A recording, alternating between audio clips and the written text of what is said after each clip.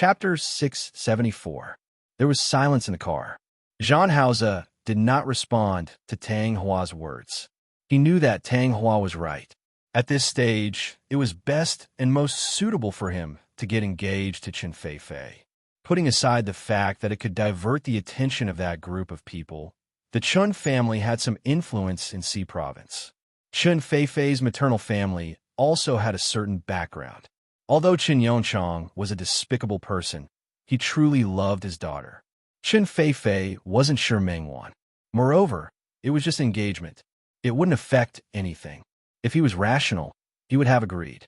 Lowering his eyes, he rubbed his temples. Let's not talk about this anymore. Let's solve the problem in front of us first. Boss. Tang Hua felt that it was a pity. This was a really good opportunity. All right. Jean Hausa was not only thinking about the matter in front of him, but also other things.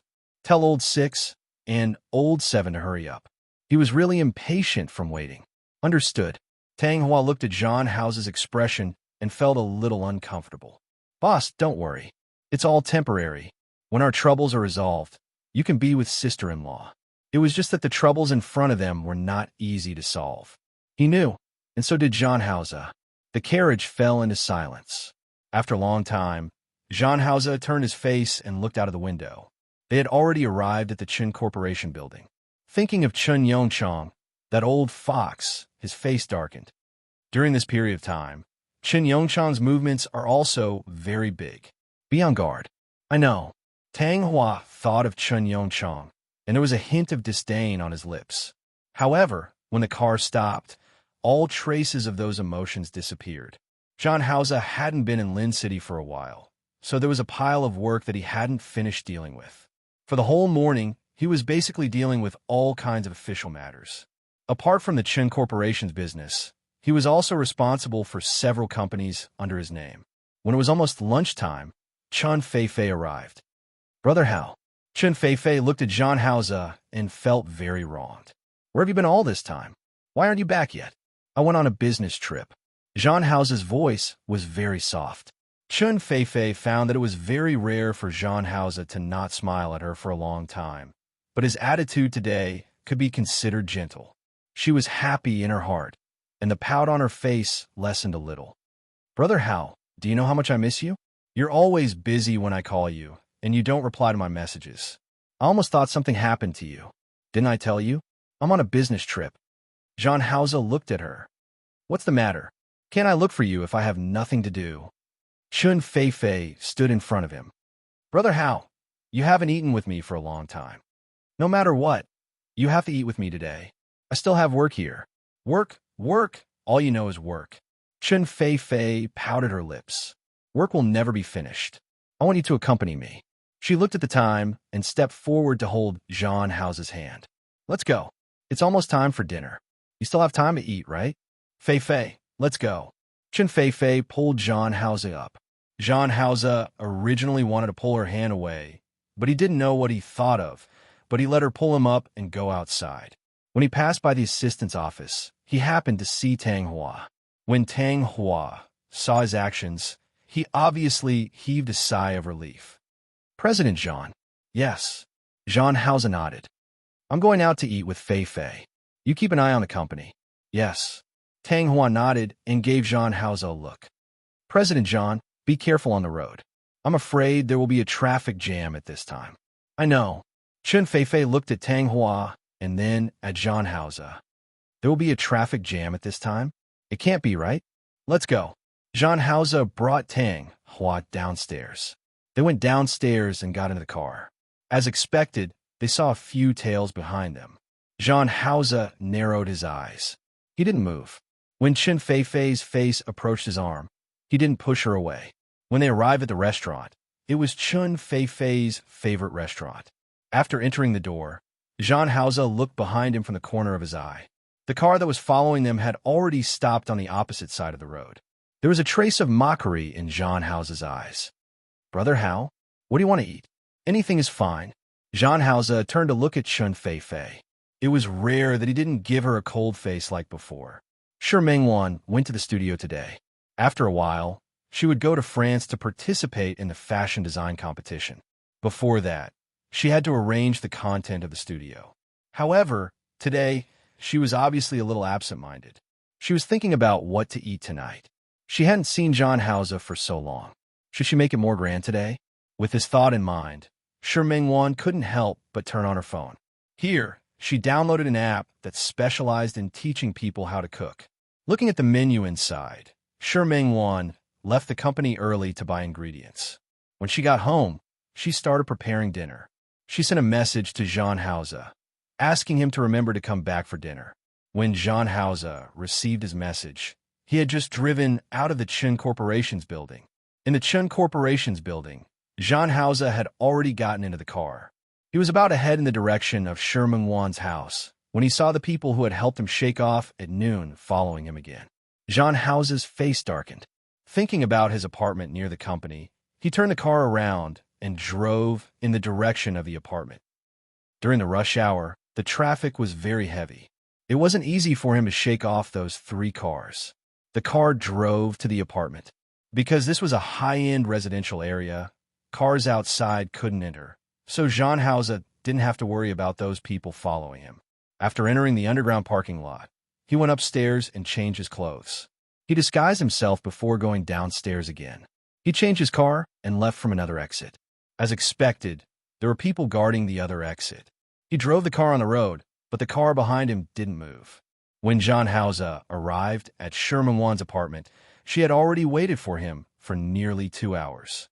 Seeing John Hauser enter the door, Shi Mingwan's worry was half relieved, but she couldn't help but ask, "You've been at work until now?"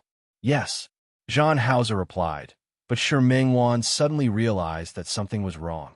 "You." Other than in bed, every time she saw John Hauser, he was wearing a suit and shirt. Today, he was wearing a casual jacket. "You didn't wear this to work this morning?" "Yes." John Hauser nodded. "I accidentally poured coffee on my clothes at the company, so I changed." In fact, he had put on a beard and a hat just now, but he had removed those disguises before coming up. Shi Mingwan felt that it was a little strange, but she couldn't tell what was strange. After thinking about it, she pulled John Hauser's hand. "Wait a moment. Dinner will be ready soon." Shi Mingwan gestured for him to wait for a while as she spoke. Then she went to the kitchen. Her footsteps were a little fast. John Hauser didn't quite understand why she was in such a hurry until he saw the dining table. There was a candlestick on the white modern dining table. Beside the candlestick was a bouquet of white roses in an exquisite vase. It looked very festive. The tablecloths and cutlery had been laid out on both sides. From everything, it could be seen that Shi Mingwan had carefully arranged today's dinner. He still remembered the clothes she was wearing. A red, close-fitting dress. John Hauser couldn't help but get up and walk towards the kitchen. Shi Mingwan had just taken out the ingredients to process.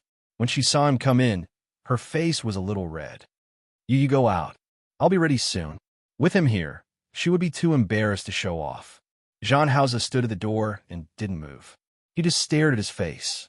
Shi Mingwan felt more and more uncomfortable under his gaze. She reached out to push him. "Go out. Hurry up, go out." John Hauser pulled her hand over, lowered his head, and kissed her lips hard. He didn't go deeper and stopped after a brief kiss. "I'll wait for you." He finally left the kitchen. Shi Mingwan's face was a little red and a little hot. She patted her face to let her breathing and heartbeat return to normal. She turned around, looked at the ingredients on the cooking table, and began to work. She had tried frying steak before, but the taste was really only average. She only hoped that John Hauser wouldn't mind. Half an hour later, Shi Mingwan brought out the fried steak, the pasta she had made, and a salad. "It's ready to eat." She set everything up and looked at John Hauser, but he suddenly grabbed her hand. "I think you've also prepared wine." "Wine?" Shi Mingwan's pretty face turned red. She had really prepared it, but when he said it directly, it gave her a feeling that he couldn't wait. She turned around shyly and took out the bottle of red wine from the wine cabinet. It's not a particularly expensive wine. She didn't know much about wine, so she just picked a relatively expensive bottle to buy. "It's okay." John Hauser stood up and watched her prepare all of this. He resisted the urge to go forward and hug her. Instead, he opened the wine and poured it for her and himself. Ming sat down opposite him. The dining table wasn't big. She picked up her glass and clinked glasses with him. Jean Hauser took the glass from her hand and stared at her face with a burning gaze. What's wrong? Ming felt uncomfortable under his gaze. Is there something on my face? No. Jean Hauser shook his head and gently clinked glasses with her. I just have something to tell you. What? What was it that made her so serious? From tomorrow onwards, our company has a lot of things to do. I might not be able to come here every day. He was able to leave his home and come here successfully today because those people hadn't reacted yet. Once they reacted, it wouldn't be so simple. You can't come here every day? Ming bit her lip, as if she was thinking about the meaning behind his words. Then, how long will it take? Jean Hauser didn't say anything. He wasn't willing to give her a promise. It'll take some time. Ming lowered her head and took a sip of wine. She didn't know much about wine, but now she felt that this wine was a little bitter. Yes. Did you encounter any problems? Jean Hauser looked at her and shook his head gently. It's just ordinary work. I'll be fine after I'm done with this. Oh. Ming didn't know what else to say. Let's eat. The meal was very quiet. Ming even forgot to light the candle on the candlestick. She sat there, feeling inexplicably depressed. However, when she looked at Jean Hauser's overly handsome facial features, she suppressed the depression in her heart. It didn't matter. There were also times when she didn't care about anything when she drew. This was just right. She was going to France to compete in a while, so it was good to take this time to prepare more. Although she thought so in her heart, her face still showed a reluctant expression. The food in front of her seemed to have become tasteless. The moment Jean Hauser raised his head, he saw her expression. He picked up the wine and took a sip. He stood up and walked in front of her. He picked her up and placed her on his lap. Unhappy? No. Jean Hauser turned her face and looked at her. Ming bit her lip. If you want to be busy, go ahead. It just so happens that I have something to do too. So, I've been very busy recently. She blinked. For some reason, she just felt that Jean Hauser wasn't telling the truth. But she didn't need him to tell the truth now. I'm going to France to compete next month. It just so happens that I need to prepare well during this period of time. Why don't you not come until I come back from France? With such a long time, it would be enough for him to finish his work, right? At this moment, her lips were suddenly kissed by Jean Hauser. He grabbed her waist and easily put his hand under the hem of her red dress. Ming looked at him and reached out to wrap her arms around his neck. Not here. However, Jean Hauser didn't listen to her. He gently bit her lips and let go. Just here. His lips moved bit by bit to her ear. Not just here. There's also the kitchen, the living room, and the bathroom. Today, we'll do it in every place. Ming felt her face burning. The hint in his words almost made her unable to control herself. This man didn't speak much, but the things he did and the words he occasionally said always made her feel that he was so indecent.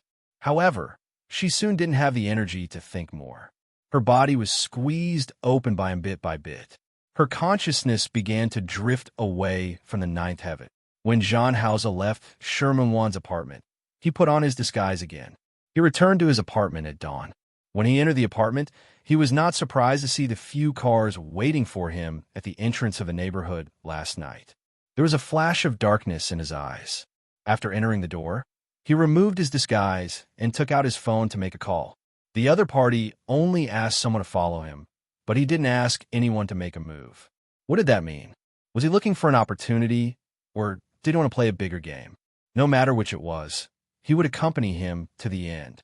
The moment the call was connected, he walked to the balcony and looked down at the few cars below. Help me do something.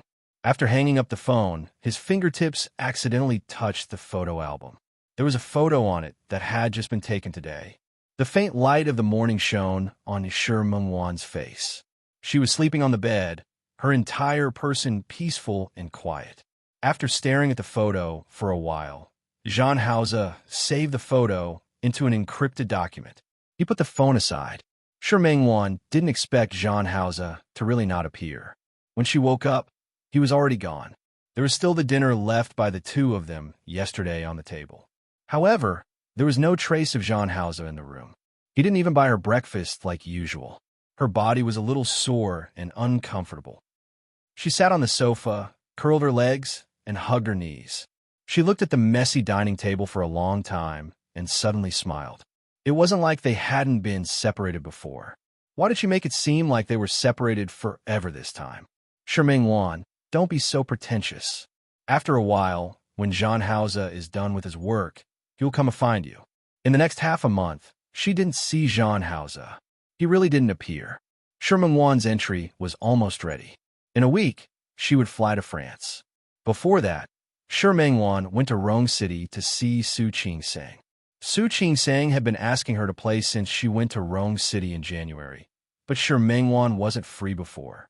When she went to Rome City, Su Qing-Sang put down her work to play with her. In the evening, she also took her to meet Hui Jinyao's group of childhood friends. Unexpectedly, Jean Hausa's childhood friend, Wan Xianying, seemed to be interested in her. Before the party ended, he kept asking for her contact information. For Su Qing-Sang's sake, she didn't want to refuse too obviously. She had no choice but to give him her WeChat. In the next 2 days, Wan Xianying contacted her time and time again, saying that he wanted to be her director. Sherming-Wan had Su Qing-Sang to accompany her, so she pushed him away if she could. When she really couldn't push him away, she would call Su Qing-Sang along.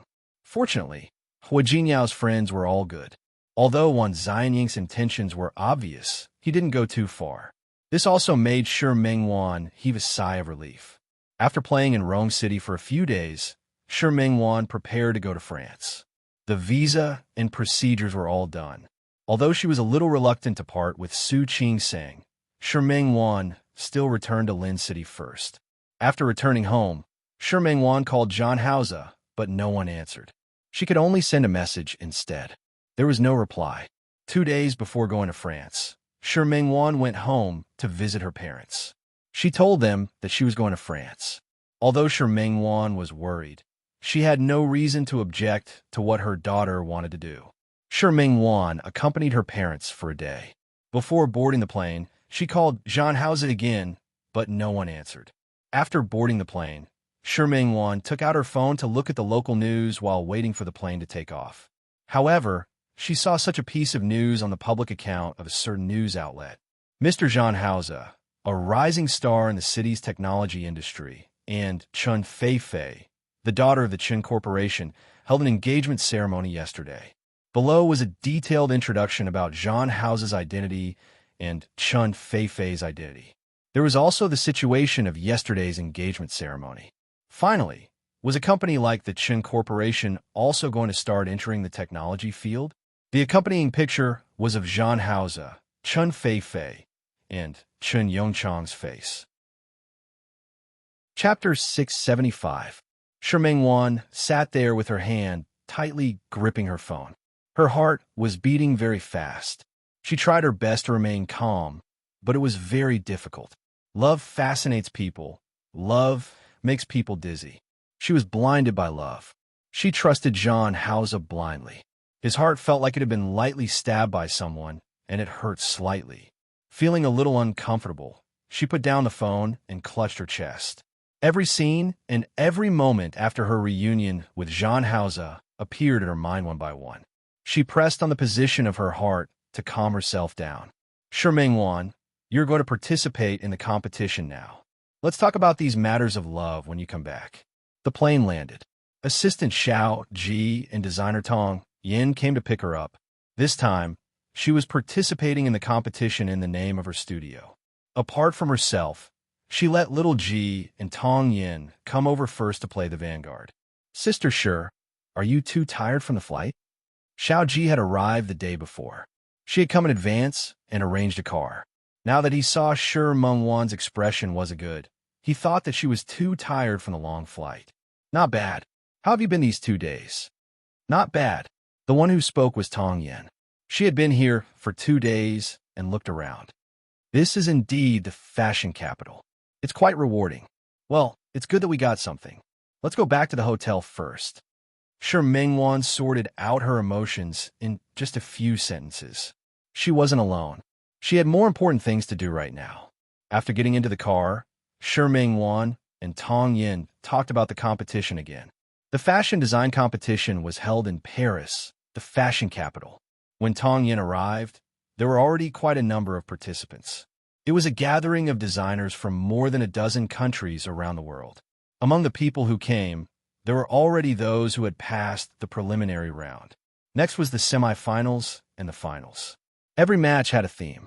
In order to complete the work, it had to fit the theme of the competition. Then, from these works that fit the theme, the judges would pick out the 10 that they felt were the best. Then the finals would be held among these 10 people. The semifinals and finals would last for half a month. In other words, they had to stay in France for half a month. Shi Mingwan knew about this before. Although she didn't know what the next two topics were, she was confident in herself. Little G was booked into a hotel near the competition venue. Little G shared a room with Tong Yin. Shi Mingwan's room was right next to theirs. After entering the door, she motioned for them to rest for a while. She wanted to take a shower and change her clothes. When the door closed, Shi Mingwan was left alone. She finally didn't have to hide her emotions anymore. Throwing herself on the bed, Shi Mingwan's mood was extremely low. The afternoon of the second day, Shi Mingwan arrived was the time to announce the theme of the semifinals. After the announcement, all the contestants would be given 3 days to submit their works. 3 days later, the judges would use 1 day to vote and announce the list of people who had passed the semifinals. Then, the submission time for the finalists was 7 days. The time given to the designer was quite short. Therefore, the organizing committee of the semifinals did not require the contestants to design the finished product. Instead, they only required the contestants to draw the design. However, the works to be submitted in the finals included the design drawings, the source of the design, and the finished product. Of course, all the materials needed for the finals would be provided by the organizing committee. When Shi Mingwan appeared in front of Xiao Ji and Tong Yin again, she looked radiant again. She put on makeup and went to the organizing committee to fill in the form and get back the theme. The theme of this season is sweet. When she saw this theme, Shi Mingwan felt a little dizzy. She couldn't be sweet at all now. After she came to France, it wasn't that she hadn't thought of calling Jean Hauser. She wanted to ask him what was going on. How could he be engaged to another woman? But her dignity didn't allow her to ask. She retracted her thoughts and looked at the requirements on the design theme. Shi Mingwan bit her lip. Was it sweet? 3 o'clock was very tight. It was so tight that Shi Mingwan didn't have time to think about why Jean Hauser was engaged to another woman. In the past 3 days, she had hardly left her room. Every day, she had been drawing, and drawing. After 3 days, Shi Mingwan submitted the design draft. Before the judges voted, Shi Mingwan, who was extremely tired, told Tong Yin and Xiao Ji not to disturb her and slept for the whole day. Later, she was woken up by a knock on the door. She got up and looked at the time. It was already nighttime. She had slept for a while, and her spirit had recovered quite well. It was just that she felt hungry after sleeping for too long. She was thinking about going downstairs to eat something later when there was a knock on the door again. She thought it was Xiao Ji or Tong Yin. She didn't expect to open the door and see Wan Xianying standing outside. "It's you." Shi Mingwan had just woken up. Her hair was messy and her clothes were a little wrinkled. In such a state, it was completely unsuitable for her to meet guests. She resisted the urge to close the door and took a small step back. "Good evening, Mingwan." "Hello."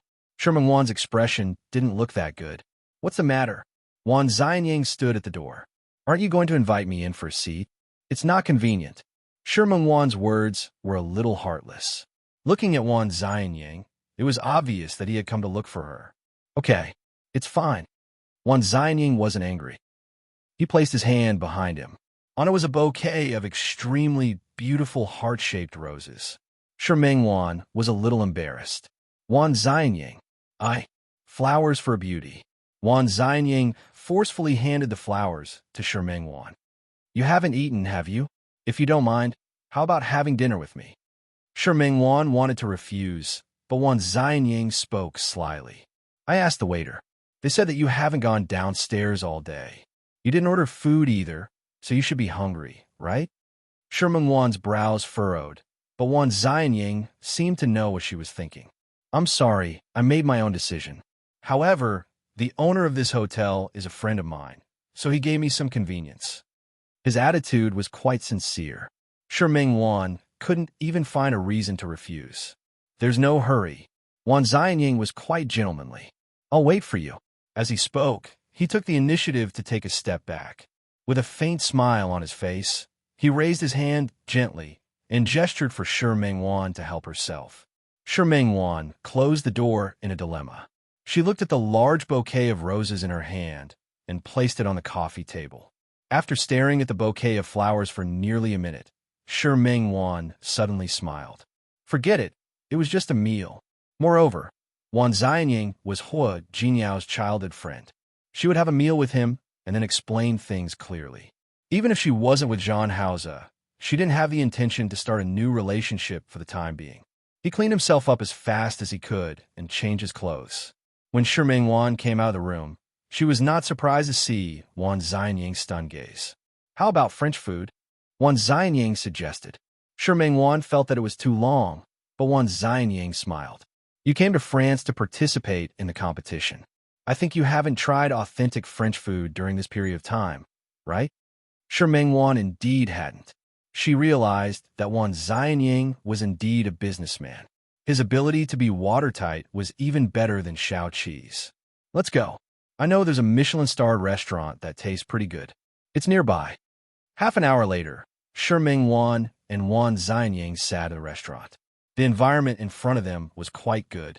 Shi Mingwan's nervous mood these few days was more or less relaxed because of this elegant environment. I came to France that year and accidentally discovered this restaurant. Later, as long as I came to France, I would definitely come. Shi Mingwan heard Wan Zinying speak French to the waiter quite well. Her French wasn't very good, so she could only understand some simple greetings. Do you come to France often? He spoke French so fluently. Often. Wan Zinying nodded and moved his body slightly closer. Do you know why? Shi Mingwan shook her head. She knew that Hu Jinyao was very rich. His friend wasn't a simple person.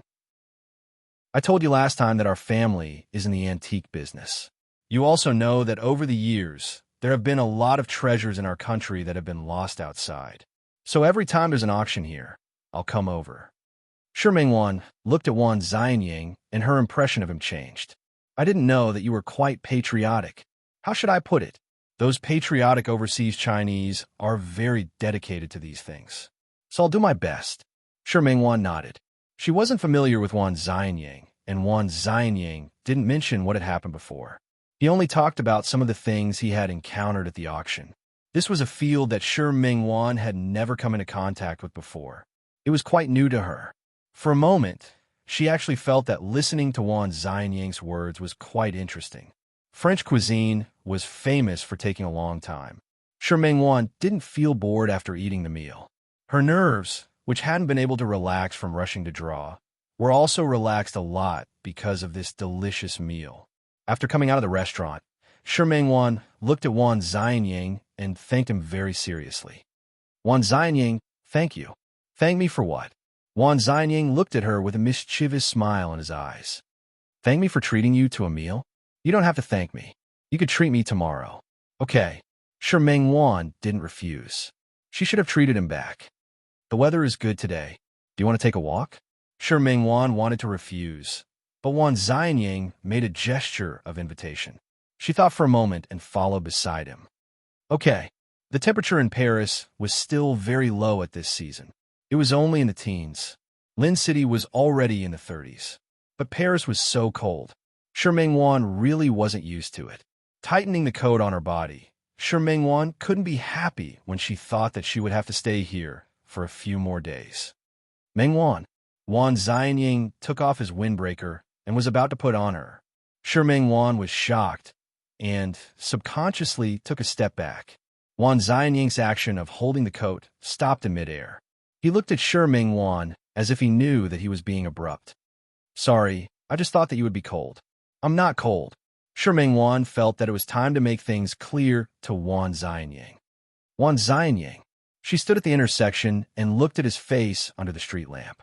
Seriously speaking, Wan Zinying wasn't bad looking, had good qualifications, and was a good person. But sometimes, feelings really couldn't be explained clearly. Wan Xianying, I know that it might not be appropriate for me to say this. You might even think that I'm being self-sentimental, but I really want to say that the two of us aren't suitable. Wan Xianying didn't expect her to be so direct. He was a little surprised, but after the surprise, there was a faint smile on his face. Are you rejecting me? I guess so. Sure, Mingwan nodded. I just don't want you to waste time on me. You're not me. How do you know that I'm wasting time? But I don't like you. Sure, Mingwan was very direct. Her personality was like this. If she liked him, then she liked him. If she didn't like him, then she didn't like him. Wan Xianying took a step forward and looked at Sherman Wan's face.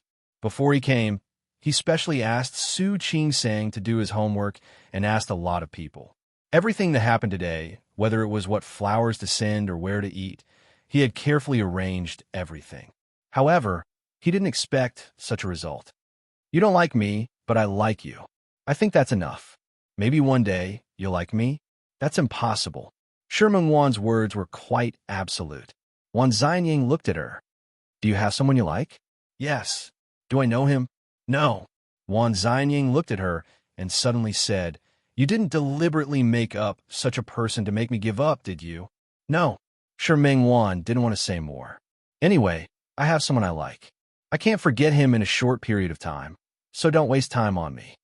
There's something wrong with your argument. Wan Xianying waved his hand and didn't take her words to heart at all. If I don't succeed with you in the end, it'll be a waste of time. But if I move you in the end and you get together with me, it'll be worth it. How can it be a waste of time? Wan Xianying, Sherman Wan was speechless by his words. All right, it's getting late. I'll send you back to rest. Wan Xianying, let's go. Wan Xianying obviously didn't want to listen to her, so Sherman Wan didn't say anything else. The two of them walked back along the road. Wan Xianying looked at the hotel building not far away in front of them. His attitude was different from yesterday. When they were about to reach the hotel, Sherman Wan's foot suddenly tripped over something, and she was about to fall. Wan Xianying supported her body in time. Are you okay? I'm fine. Sherman Wan stood firm and was glad that she didn't wear high heels today. Thank you. Mingwan, you don't have to be so polite to me. Wan Xianying was serious for a while before he became a little sloppy again. Sherman Wan seemed to be used to him being like this, so she wasn't very surprised. She stood properly and didn't refuse when Wan Xianying said that he wanted to send her back to her room. Mingwan, can I still come see you tomorrow? I have something to do tomorrow. Tomorrow was the announcement of the shortlist. Only 10 people could be shortlisted. 1 week after the shortlist, she could bring 2 assistants to the venue specially arranged for the finalists. Whether she could be shortlisted or not, she would only know tomorrow. If she could, then she would naturally be busy next. If she couldn't, then she would really be free. It's okay. I know you're here for the competition. I can wait for you to finish the competition. Sherman Wan didn't reply.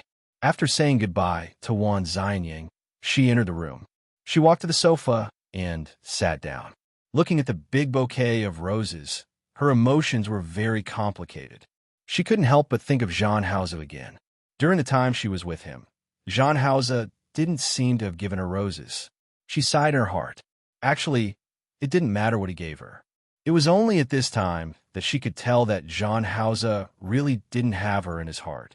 Otherwise, why would he be engaged to another woman? She got up to take a shower and rest. There was a knock on the door. She thought it was Wan Xianying who had returned.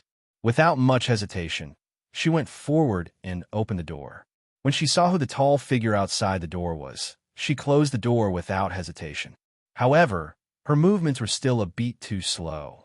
Before she closed the door, Jean Hauze entered the door first. Without saying a word, Sherman Wan began to push her away, trying to push her out. Jean Hauze easily pulled her hands into his arms and turned around. At the same time the door was closed, her body was also pressed against the door. Sherman Wan was anxious. She raised her foot and kicked Jean Hauze. Jean Hauze held her hand and wanted to block her foot. She struggled very hard, so he wasn't paying attention and was actually kicked by her. After the kick, Sherman Wan used even more force. She raised her other foot and kicked him. Although she wasn't wearing high heels, She was wearing a pair of pointed shoes today. It was also very painful to kick someone. Jean Hauser was kicked twice by her. When she was about to kick him for the third time, he lifted her body up. In 3 steps, he carried her body to the side of the bed and threw her down. The soft bed made Shermengwan's body bounce a few times. Just as she steadied herself, she raised her foot and kicked his body again. Shermengwan, what are you doing? Even Jean Hauser couldn't help but press down on her body. He pressed down tightly and didn't let her move anymore. He held her hands together and raised them above his head, looking into her eyes. What are you doing? He had been very busy during this period of time. When he had some time to look for her, he realized that Shermengwan wasn't at home. She had gone abroad to participate in some competition. Am I messing around? Yes, if I'm messing around, you can go find someone who doesn't mess around. Shermengwan glared at him with a gloomy gaze. Jean Hauser, get lost. I don't want to see you. Jean Hauser's brows were tightly furrowed. Looking at the anger on Shermengwan's face, he seemed to be a little puzzled. Are you angry that I haven't come to see you during this period of time? Who's angry? Shermengwan didn't want to talk to him anymore. I don't have time to be angry with you. Get out of the way. I said, I don't want to see you. Shermengwan. Shermengwan closed her eyes. Yes, she should have understood long ago. Look at how Jean Hauser addressed her. He had always called her by her full name. Did he really have feelings for her? Did he really like her? Did he really love her? I'll say it again. Jean Hauser, get out. Chapter 676. I do. Jean Hauser didn't believe her at all. He only felt that Shermengwan's actions were because he hadn't come to see her for a long time and was throwing a tantrum. Call me. This person. Really? Shermengwan suddenly pressed the 3 numbers. After pressing it, the moment the call was connected, she spoke in fluent English. Hello, I'm at XX Hotel, room 1-3. Before she could finish her sentence, the phone was snatched away by Jean Hauser. He looked at her and couldn't believe that she was serious. Shermengwan, do you know what you're doing? Of course I know what I'm doing. It's someone who doesn't know what I'm doing. It's you. She glared at Jean Hauser. She had been suppressing her uncomfortable emotions for the past few days. At this moment, she didn't want to suppress them anymore. Jean Hauser, is it fun to be two-timing? Is it fun to bully me like this? As she spoke, the great anger from when she knew that he was engaged surged in her heart. Without thinking, she raised her foot and kicked him again. Jean Hauser, who was shocked by Shermengwan's words just now, was still thinking about her words. He didn't pay attention and actually let Shermengwan kick him. Jean Hauser was kicked and had no choice but to leave her body. Shermengwan took this opportunity to quickly get up from the bed and dodge to the side. She sat up and looked at Jean Hauser with a defensive expression and resentment.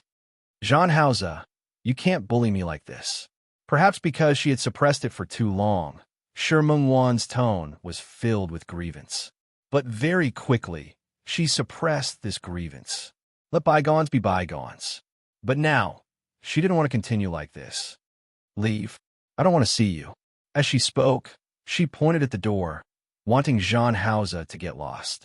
Jean Hauser sat on the bed and didn't move. His brows furrowed slightly, as if he had thought of something. Two-timing? Who? At this time, he was still playing dumb. Shermengwan nodded and went forward to take the phone. After taking the phone, she quickly retreated as if she wasn't afraid that Jean Hauser would pounce on her. She turned on the phone and found yesterday's news. She directly placed it in front of Jean Hauser. On the phone screen, Jean Hauser stood with Chun Fei-Fei, while Chun Yongchang stood beside Chun Fei-Fei. The 3 of them smiled brightly. The accompanying article was the news of their engagement. Shermengwan's gaze was slightly cold as she stared straight at Jean Hauser. Now that things had come to this, what else could he say? He said that there was nothing between him and Chun Fei-Fei. He asked her to give him time. She believed him, gave him time, and the result? Jean Hauser's eyes darkened when he saw the photo. He knew about this photo. He also knew about this news, but he didn't expect Shermengwan to see it. Nothing to say? If you have nothing else to say, then leave. She didn't want to hear it from him either. It was true that she longed for love and wanted to be with him, but she didn't want to be looked down upon. She didn't want to be a shameful mistress. Even if according to the chronological order, she should have arrived first. She casually threw her phone aside. Sure, Meng Wan still had things to do tomorrow, so she didn't want to waste her time with Jean Hausa. Leave. Jean Hausa got up and got out of bed. Sure, Meng Wan thought that he was going to leave, but he walked to her side and hugged her. Jean Hausa. He didn't want to use this trick all the time. Sure, Meng Wan struggled up and raised her foot to kick Jean Hausa again. He dodged this kick, and Sure Meng Wan used her elbow to hit his abdomen. She heard a muffled groan. She didn't stop. She didn't use much strength. What was he doing? However, when she saw Jean Hausa bend down, she thought he was pretending. Jean Hausa, go out. I don't want to see you. Jean Hausa didn't say anything.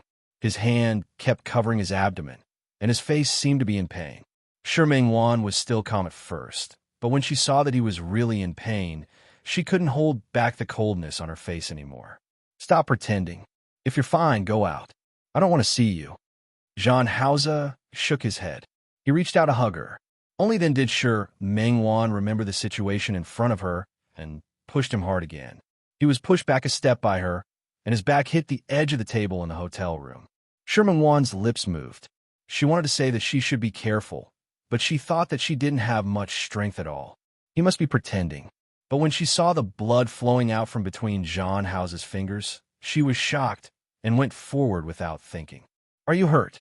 Jean Hausa raised his head and looked at her. Ignoring the blood on his body, he reached out and hugged her. Jean Hausa, what was he doing at a time like this? I'm not engaged to her. Although everyone thought that way, this engagement was the wishful thinking of the Chun father and daughter. In the past half a month, there had been frequent movements. Some were aimed at him, and some were aimed at Chun Feifei. It was fine to target Chun Feifei, but there was only one. After all, Chun Feifei's uncle was quite powerful in Xi province. However, there were many movements aimed at him. Before he decided to come to France, half of it was because he did it on purpose, and the other half was because he wanted to divert the other party's attention. Therefore, when the other party came looking for him, he didn't avoid it. Instead, he directly accepted the other party's provocation. He deliberately took the knife in his stomach. The strength and direction were calculated accurately. It wouldn't be fatal, but he would suffer a little.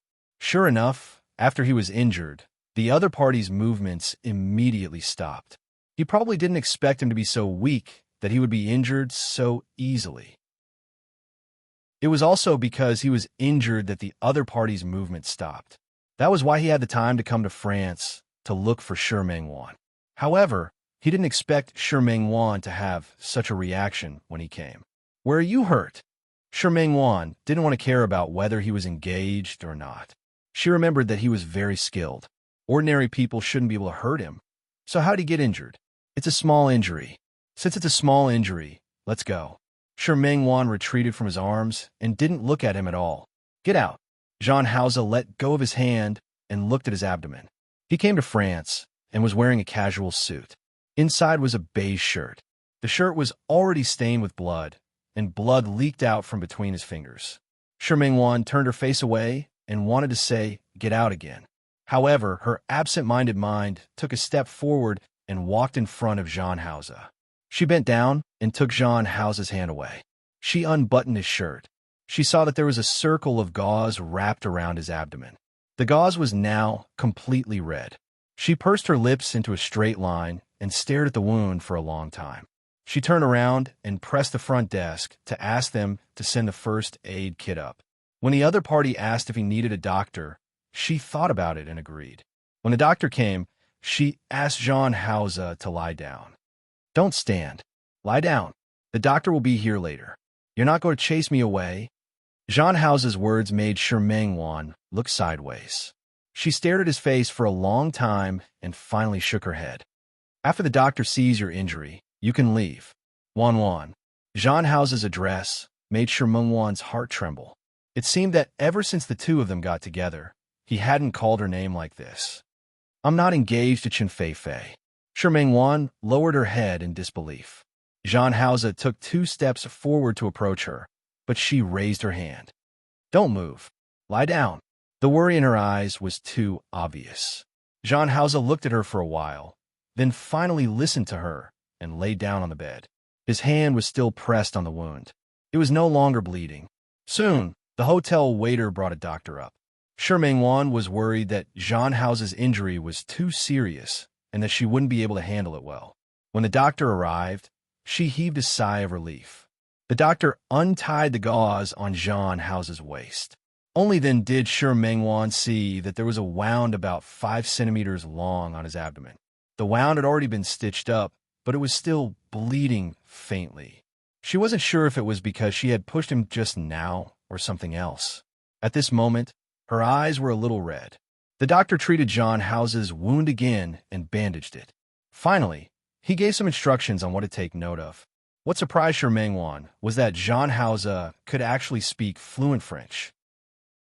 This made her unable to help but look sideways. After sending the doctor away, Shi Mingwan asked the waiter to change the blood-stained bedsheets. She looked at Zhan Hao and wanted to chase him away. Zhan Hao had already laid down on the bed first. Shi Mingwan took 2 steps forward. Zhan Hao, you can't sleep here. You won. Zhan Hao reached out and held her hand. He looked at her with his usual cold face, but there was a hint of gentleness and fatigue in his eyes. I'm very tired. During this period of time, apart from those people who wanted to deal with him in the open and in the dark, he had also suffered a lot of interference in his work. Whether it was in Lin City or Qing City, he still had a lot of things to do. However, because he hadn't seen her for a long time, he ignored the injuries on his body and flew for more than 10 hours to see her. He didn't rest on the plane. Instead, he dealt with some very important business matters first. This time, he was really tired. Wan, let me sleep for a while. When he said this, Shi Mingwan finally noticed that other than the injuries on his body, there was a faint shadow under his eyes. Her lips moved. She wanted herself to be more heartless and harden her heart, but she couldn't do it no matter what. She could only watch as Zhan Hao closed his eyes. His hand was still holding her hand. Sleep with me for a while, okay? Zhan Hao didn't even open his eyes. He just held Shi Mingwan's hand and didn't let go. Shi Mingwan stood by the bed and looked at Zhan Hao, who seemed to have lost a little weight. She didn't sleep as he wished. Instead, she withdrew her hand and took a step back. Zhan Hao looked at her with half-opened eyes.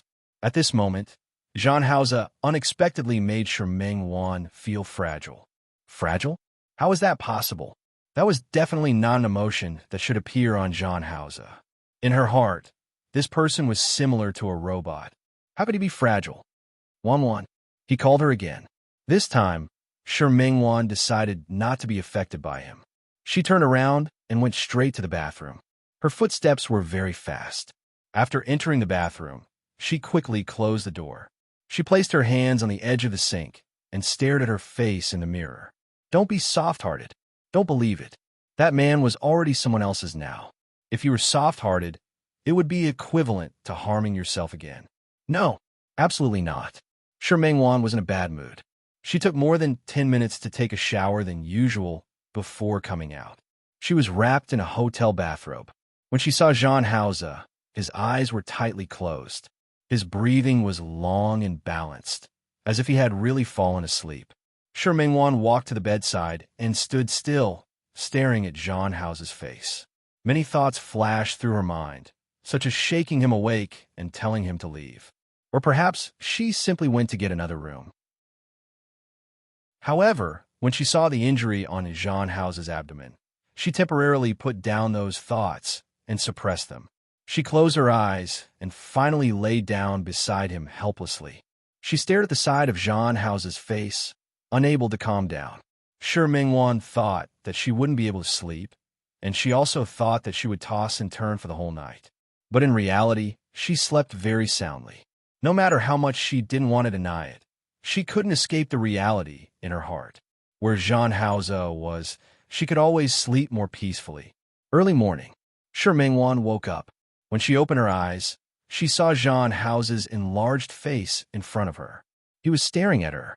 At the same time that she woke up, he lowered his head and kissed her lips. Shi Mingwan subconsciously avoided him. She looked at him and moved her body to the side. Zhan Hao supported himself with one hand on the bed. He looked at her movements and moved a little in her direction. Shi Mingwan quickly got up and sat 2 arms away from him. Her gaze shifted slightly to prevent herself from looking at him. Your injury should be fine now. You can leave. Shi Mingwan didn't plan to continue like this. Her body moved, but before she could leave, she was already pressed down by Zhan Haoze. In the next second, she was pressed down by him. Wan, I'm not engaged. He looked in her eyes and said very seriously. His eyes were deep and focused. To her, they were fatally attractive. She knew that what he said might not be the truth, and she didn't intend to believe him. She wanted to struggle, but when she thought that Zhan Haoze was injured, she could only stop. Really? Does it have anything to do with me? Shi Mingwan forced herself to turn her face away. Who are you to me? Whether you're engaged or not, and which woman you're with, you don't need to tell me. Zhan Haoze's brows furrowed slightly. Wan, don't call me. Shi Mingwan seemed to have made up her mind. She turned around and looked at him. Zhan Haoze, you said that you're not engaged? Yes. You said that you have nothing to do with Qin Feifei? Yes. Then tell me, who am I to you? Zhan Haoze paused for a moment and looked at Shi Mingwan's delicate and beautiful face. He said 3 words very slowly. Girlfriend. I'm your girlfriend? Yes. Was she not? Okay. You said I'm your girlfriend. Shi Mingwan suddenly reached out to hold his face and looked into his eyes very seriously. Then, do you dare to publicize our relationship? Publicize it to the entire Lin City. Tell everyone that you're my man and I'm your woman? Do you dare? Do you dare to let everyone know that I'm your girlfriend? Chapter 677. In a quiet room, 2 men were lying on the same bed. One was on top, and the other was on bottom. The posture was ambiguous, but the atmosphere was completely different. Zhan Haoze didn't expect Shi Mingwan to ask such a question. The air suddenly became silent. He still had an injury on his abdomen. After supporting himself like this for a long time, it caused a slight throbbing pain. His expression changed slightly because of the pain. In Shi Mingwan's eyes, this change directly became proof that he didn't want to admit his identity. Shi Mingwan sneered. It seemed that she was no exception to this result. She let go of her hand and gently pushed him to the side. She was about to get up when Zhan Haoze grabbed her hand again. Wan, let go. It's not what you think. Zhan Haoze rarely explained to others. His brothers had been with him for a long time. There were many things that he didn't need to say or explain. They would directly execute them, and very few people would question his words. Then what is it? Tell me, I'll listen. Shi Mingwan waited for him to explain. Even if she really wanted to be with him, she hoped that she could understand his thoughts. Even if they couldn't be together, she hoped that the breakup could be done cleanly. Zhan Haoze had been supporting himself for a long time. At this moment, he simply sat up and pulled her to sit up with him. His movements affected his wound. He snorted in a very low voice. Shi Mingwan seemed to have only realized at this moment that Zhan Haoze was injured. She turned her face away and forced herself not to soften and not to give in. Wan, I can't disclose our relationship for the time being. Shi Mingwan sneered and turned her face away. She felt that it was a matter of course. She knew that this person was just saying it to sound nice. I'm sorry. Zhan Haoze rarely said sorry to anyone. There were even fewer women who could make him say sorry. Zhan Haoze thought of Zhan Kuan, the Zhan family in Qing City, and his current situation. He closed his eyes. Qin Feifei has heart disease. She can't stand stimulation. I owe her father a debt of gratitude. So, I can't leave the Chun family for the time being. Shi Mingwan turned around and looked at Zhan Haoze. She just stared at him. She has heart disease. She likes you and wants to be engaged to you. So you agreed? I didn't agree. In fact, ever since Chun Feifei had a relapse, Qin Yongchang had been wanting them to get engaged. But he didn't agree. He didn't want to agree either. But later, Chun Feifei was almost attacked. Qin Feifei was scared half to death because of this. Her heart wasn't good to begin with, so Qin Yongchang decided to get them engaged. But perhaps she was afraid that he would be unhappy if he knew. Qin Yongchang didn't tell him. Instead, he said that the Qin Corporation was holding an anniversary meeting. The Qin Corporation's anniversary celebration was around the same time. As the general manager of the Qin Corporation, it was impossible for Zhang Haoze not to attend. When he went to Juanxia, he found out that Chen Yongchang and Chen Feifei actually wanted them to get engaged to him, and they didn't reveal any news between them. At that time, it was impossible for Zhang Haoze to leave just like that. So when Chen Yongchang asked him to go on stage, he could only go up. After that, Chen Yongchang said a lot of good things to him in private. After explaining for a long time, he finally said that if he really didn't want to, he could wait until Chen Feifei's body got better and then break off the engagement with her. As for the current situation, it was better to let Chen Feifei rest well and recuperate. This way, even if Zhang Haoze didn't agree, it would still cause the fact that they were engaged. But in his heart, he didn't agree. Wan, it's not what you think between me and her. I understand it's not what I think. It's just that you want to repay her kindness. At this point, Shi Mengwan sneered. But, Zhang Haoze, the Chen family is kind to you. Chen Feifei has heart disease. What does that have to do with me? Since you pity her so much and can't bear to part with her, then you can go to her side and take good care of her. Why are you looking for me? Wan, do you know what your behavior is called? Shi Mengwan said bluntly. A scumbag. Shi Mengwan. Zhang Haoze looked at her, his face full of disapproval. Shi Mengwan smiled, but that smile didn't reach her eyes at all. Aren't you a scumbag? You're afraid of hurting Chen Feifei, but you're still hanging on to me? Do I owe you? Why should I swallow my anger like this? Or is it that in your heart, I'm so easy to deceive that I can let you do whatever you want? I didn't mean that, but you've already done it. Shi Mengwan's face was full of mockery, and she didn't give in at all. Aren't you afraid of hurting Chen Feifei while hanging on to me? Zhang Haoze looked at Shi Mengwan and didn't explain. In fact, he couldn't explain. Because of the real reason, he couldn't let her know at all. I'm not afraid of hurting Chen Feifei. I just don't want to be an ungrateful person. The Qin family is kind to me. Although I don't like Chen Feifei, I don't want anything to happen to her. Yes, you can't let anything happen to her, so you can let something happen to me. Shi Mengwan couldn't take it anymore. She turned around and was about to get off the bed when Zhang Haoze held her hand. Don't do this. Then what do you want me to do? Shi Mengwan shook his hand off. Accept the truth? Accept the fact that you have to take care of another woman's emotions when you're with me? Don't say you didn't mean that. Just tell me directly. How long do you plan to take care of her? How long do you plan to hide our relationship? Zhang Haoze didn't avoid this question. Instead, he looked at Shi Mengwan very seriously. It won't be too long. Give me some time, I'll solve it. Unfortunately, I don't believe you. Zhang Haoze's face darkened because of her words. Shi Mengwan didn't want to continue. She left the bed and stood on the other side of the bed. All right, that's it. Zhang Haoze, you go your own way, and I'll go my own way. He liked to take care of Chen Feifei, so he would take care of her. She wasn't going to accompany him anymore. She still had to go to the organizing committee to see the results of the semifinals today, so she didn't have time to waste with Zhang Haoze here. After entering the bathroom, she washed up and changed her clothes. Shi Mengwan came out and prepared to leave. Zhang Haoze stood up at this moment.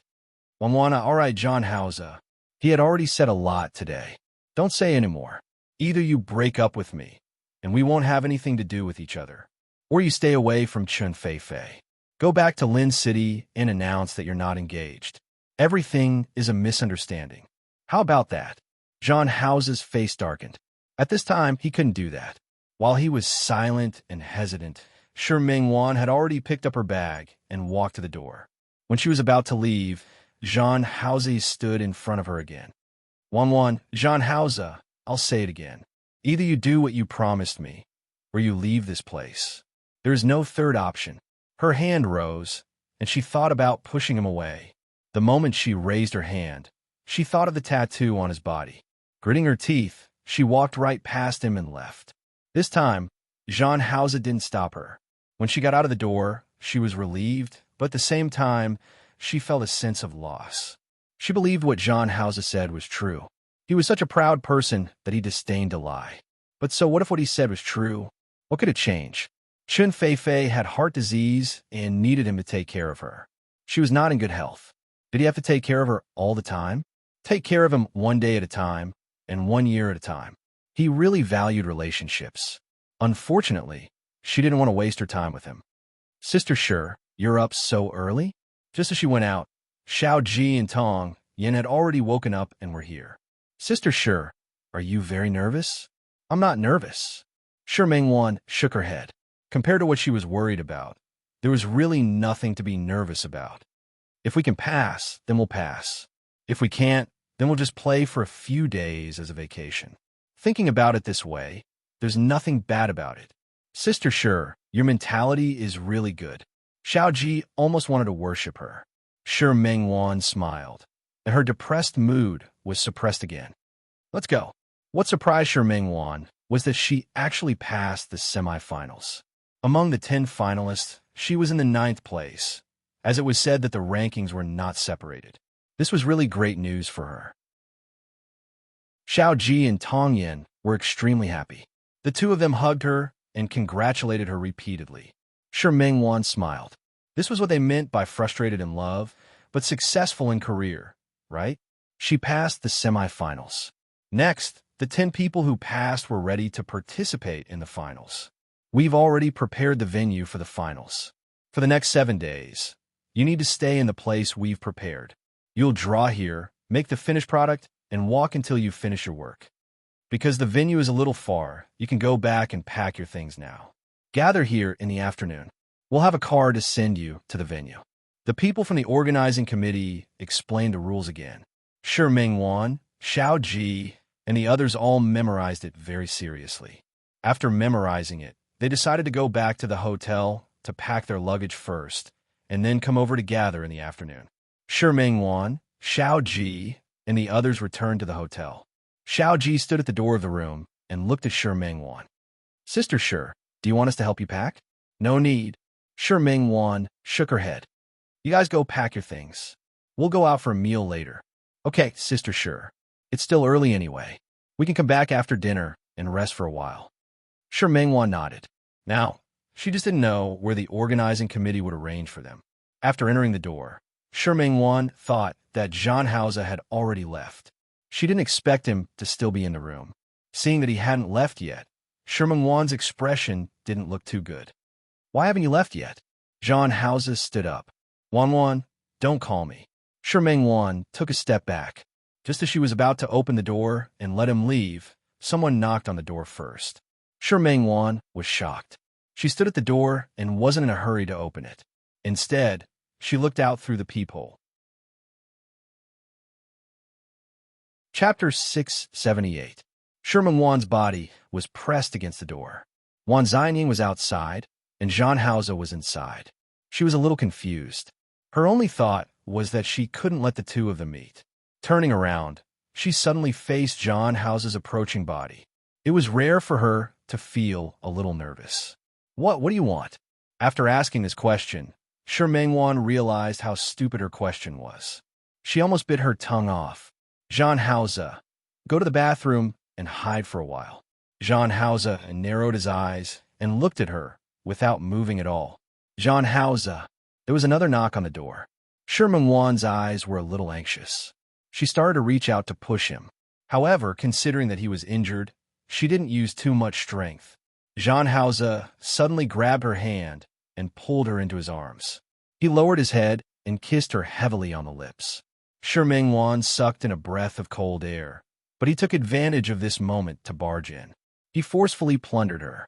It seemed like it had been a long time since he kissed her like this. Zhan Haoze's heart was moved, and he couldn't control himself. His kiss had always been irresistible to her. Before long, she was completely immersed in his kiss. She wrapped her hands around the back of his waist and slowly moved up. There were a few more knocks on the door, and Shi Mingwan came back to her senses from Zhan Haoze's kiss. She pushed hard, and Zhan Haoze took 2 steps back. Shi Mingwan stood there and kept adjusting her breathing. Zhan Haoze, if you plan to let others know that you're with me now, you can continue. Zhan Haoze didn't continue. He looked deeply at Shi Mingwan, then nodded and turned to enter the bathroom. Shi Mingwan heaved a sigh of relief. She was really afraid that Zhan Haoze would continue regardless. After all, not many people knew them in this foreign country. Taking a deep breath, she turned to open the door. Wan Xianying, who was outside the door, smiled when he saw her. He handed a bouquet of flowers to her with a faint smile on his face. Congratulations.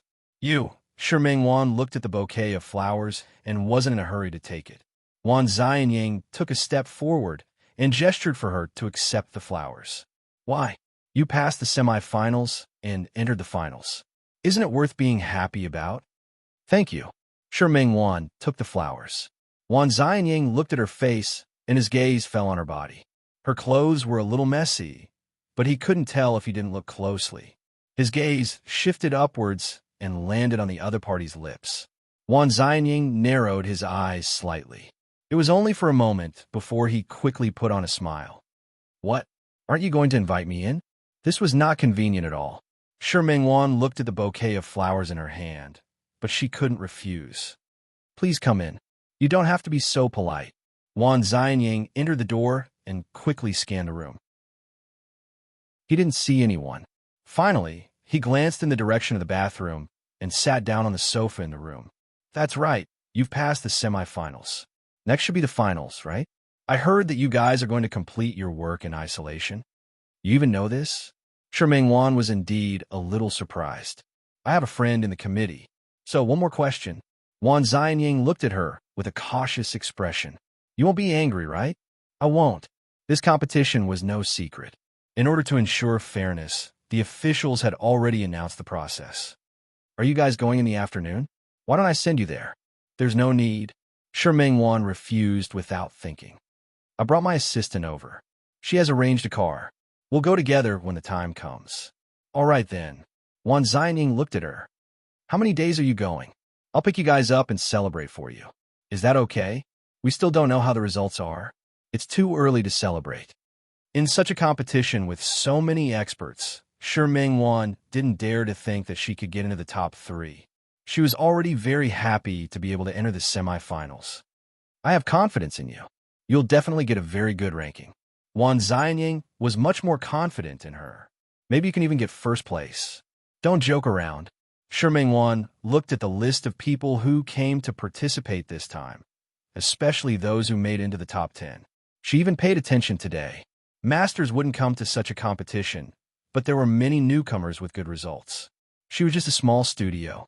It was already her luck to be able to make it into the top 10. Don't think that way. In my heart, you're number 1. Wan Xianying's words were equivalent to saying sweet nothings. Shiming Wan didn't reply. Do you have anything else? Are you asking me to leave? No, I still have to pack my things. Xiao Ji and the others will come to find me later. Then you're still chasing me away. Wan Xianying, all right, I'll leave, okay? Wan Xianying stood up as he spoke. When he passed by Shiming Wan, he stopped. If you need to pack your things, I won't disturb you anymore. However, I still hope that I can celebrate with you if I have the chance. Thank you. Wan Xianying continued to walk out. When he passed by the bathroom door, he glanced there seemingly unintentionally. Shiming Wan's heart instantly skipped a beat. She took a few steps and opened the door first. Wan Xianying had already walked to the door. When he saw her actions, he smiled helplessly. You really can't wait to chase me away. I'm really hurt when you're like this. Shiming Wan was stunned for a moment, but Wan Xianying moved his body forward a little. In order to calm my hurt heart, why don't you give me a comforting kiss? Shiming Wan was shocked by his actions, but Wan Xianying suddenly smiled. All right, I won't tease you anymore. Come on. Compete well. I wish you a good ranking. Okay, thank you. Shiming Wan's expression wasn't as casual as before. Even though Wan Xianying had expressed his intention to leave, her eyes were still a little guarded. That look made Wan Xianying sigh in his heart. Sister-in-law's best friend was really not easy to get close to. However, when he stepped out of the room, he unintentionally glanced in the direction of the bathroom again. Why did he feel that the door seemed to have moved just now? However, before he could see clearly, Shiming Wan had already quickly closed the door. After Wan Xianying left, Shiming Wan heaved a sigh of relief. However, just as she turned around, she saw Zhang Haoze coming out of the bathroom. With a cold face, he stood there expressionlessly and looked at her. Under his gaze, Shiming Wan actually felt a sense of guilt. But it was only for a moment, and she quickly ignored it. Based on what? He could be engaged to another woman and be affectionate with her. She only had a suitor, and yet she felt guilty? She walked past Jean Hauser and planned to continue packing her luggage, but her arm was grabbed by Jean Hauser. Her body was turned around by him, and then she was pressed against the wall behind her. Jean Hauser, she cried out. Jean Hauser didn't give her a chance to speak again. He lowered his head to kiss her. It was a fierce and rough kiss. Sherman Wan's lips were in pain for being crushed by him. She pushed him, but he didn't move at all. In a hurry, she placed her hand on his abdomen and wanted to attack his wound. But when she really touched that area, she put her hand down again. This pause undoubtedly gave Jean Hauser another chance. He easily lifted her body and put her in a position where he was. Once again, he sealed her lips and nibbled on those two soft lips. Sherman Wan was in pain and bit him instead. She used even more strength than Jean Hauser. She bit down just like that, and she bit him so hard that his lips were bitten open just like that. The two of them tasted blood at the same time. The scene in front of them was so similar. Sherman Wan thought of the last time she went on a blind date with Xiao Qi, and Jean Hauser was also like this. She felt hatred in her heart and pushed him hard without caring about anything else. Jean Hauser's abdomen was pushed by her. He snorted in pain and took a step back. Sherman Wan used this opportunity to retreat from his arms and stand on the other side. Her chest was heaving violently, and her lips were still stained with blood.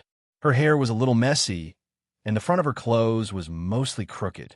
She looked like she was in a sorry state, but there was also a kind of beauty in her. Jean Hauser narrowed his eyes and subconsciously took a step forward. Sherman Wan took a step back. She looked at the person in front of her with a burning gaze. Jean Hauser, you can't be like this every time. Her heart was beating a little fast. She bit her lip, and the expression on her face was a little reproachful and bitter at the same time. I'm your girlfriend, right?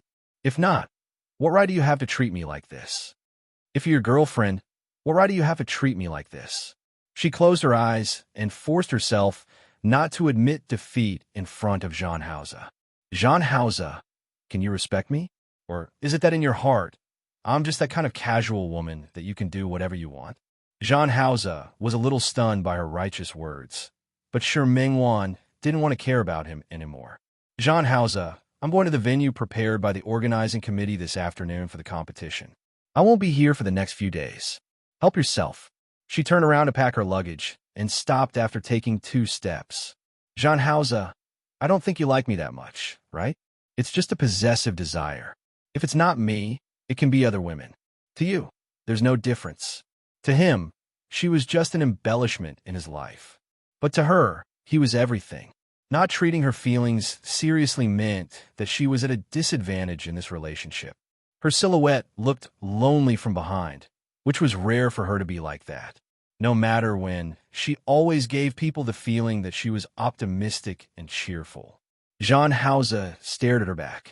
Finally, when her hand touched the suitcase, he went forward and pulled her back into his arms. I didn't. Jean Hauser looked at her and instinctively wanted to explain. In his heart, he had never seen her as a casual woman. Nothing? I'm not, Jean Hauser said again. This time, he sounded even more serious than before. Sherman Wan looked at him and inexplicably understood what he meant. He said that he wasn't being possessive. Are you trying to say that you like me? Sherman Wan looked at him and returned to yesterday's question. Then do you think of me as your girlfriend? Jean Hauser looked at her face and nodded gently. His expression was extremely serious. Sherman Wan looked at him. Then, after we go back, can you make our relationship public? The problem was back to square one, but Sherman Wan was especially concerned about this problem. If a man couldn't even let a woman stand by his side publicly and let everyone know that she was his girlfriend, what was the use of such a man? No, Jean Hauser refused without thinking. There were still many dangers around him. This injury was just a warning. Sherman Wan suddenly smiled, as if she wasn't surprised by this answer at all. She pulled her hand out of Jean Hauser's hand bit by bit. Jean Hauser, you're really a bastard. Without looking at him, Sherman Wan turned around and went to pack her luggage. There wasn't much to pack. They were outside anyway. In less than 20 minutes, she had packed everything. She pulled her suitcase and walked past John Hauser to look for Xiao Ji and the others next door. Jean Hauser took a step to the side, wanting to block Shi Mengwan's path. Shi Mengwan looked at him coldly. Jean Hauser, this competition is very important. Please move aside. Wan. Jean Hauser didn't know what to say, but he couldn't let her know what had happened. Just now, you don't have to explain. She looked at his conflicted expression and could roughly tell what he wanted to say. Unfortunately, she didn't want to hear it. The problem between us isn't about your actions just now. It's about your actions, your attitude towards me. I don't mean to look down on you, but now is really not the right time to make it public. Yes, it wasn't suitable, it just couldn't be. Then when was the right time? When could it be? Did he have an answer? I'm afraid not. She felt tired and didn't want to continue. Forget it. You'll never understand. She glanced at him. I'm going to the competition. Make yourself at home. Pulling her suitcase, Shi Mengwan left the room without looking back. This time, the organizing committee had really put in a lot of money. The venue for the finals was actually an ancient castle. The ancient castle was provided by the president of one of the sponsors this time. The first, second, and third designers also had the chance to work for this company. It had always been a world-class clothing brand. Such an opportunity was an excellent opportunity for all the participants. However, Shi Mengwan didn't have such plans.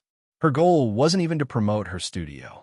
After all, if she wanted to talk about fame, she already had her own regular clients in Lin City. She came just to prove her ability, to prove that she could do it. The 10 points for the competition were arranged in the rooms on the first and second floors of the villa. For the next few days, except for special circumstances, all the participants were not allowed to leave. However, all the electronic equipment in the room was available. When Shi Mengwan entered the castle, she also received the theme of the finals, First Love. When she received this theme, Shi Mengwan felt Xiao Ji and Tong Yin looking at her worriedly. Sister Shi. Xiao Ji looked as if the sky had collapsed. You've never been in love before. Why did you choose such a theme? The sweet one from before was still a little better. Sweetness didn't just refer to love. Family, friendship, the little warmth of society. In this life, there would always be times when one would feel sweet, right? But this first love? Xiao Ji's face was inexplicably full of worry. Shi Mengwan glanced at Xiao Ji and gently knocked her on the head. All right, think about how you can help me. Let's go. The room Shi Mengwan was assigned was on the second floor. There was a large balcony here. There was a sofa and a coffee table on the balcony. From the balcony, one could see the beautiful scenery in the distance, as well as the well-tended garden downstairs. Shi Mengwan couldn't help but sigh. This sponsor had really put in a lot of money. She sat on the sofa and looked at the beautiful scenery outside. She wasn't in a hurry to draw. First love? Her first love was Jean Hauser. But this first love, where did it begin? Now, or more than 10 years ago. She picked up the black tea prepared by the organizing committee on the table. Shi Mengwan's heart flew back to the year when she was 12 years old. She and Jean Hauser depended on each other. When they met, it was when they were at their most miserable. She was actually a good girl. In the past, she, who had been strictly educated by Mother Shi, almost didn't dare to think that one day she would have a relationship with a boy who was like a hooligan. But now, not only did it happen, but it also happened so unexpectedly. They were each other's comfort and support. She believed that if it weren't for Jean Hauser, she might have admitted defeat long ago and gone home. She also knew that if it weren't for her, her dear brother at that time definitely wouldn't have taken good care of himself. He would have fought everywhere, and then when he was injured, he would only casually treat his wounds. She once thought that if her dear brother was willing, she could stay with him like that for the rest of her life. But her dear brother didn't give her that chance. The heavens didn't give her that chance. After going around in circles, they could be considered to have met now. But some things were already the same, but the people had changed. Shi Mengwan thought of a certain scene and suddenly stood up. She walked to the table and took out a pen and paper. When Xiao Ji and Tong Yin settled down and came in, they saw Shi Mengwan, who had already devoted herself to her work. She lowered her head and drew very seriously. This room happened to face the west. The sunlight shone in from the huge balcony, dyeing Shi Mengwan's body with a layer of gold. Xiao Ji was shocked by such a scene.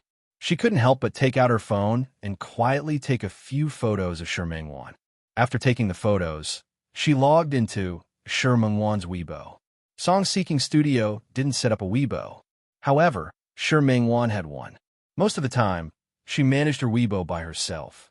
Occasionally, when the company had activities, she would ask Xiao Ji to post some activities.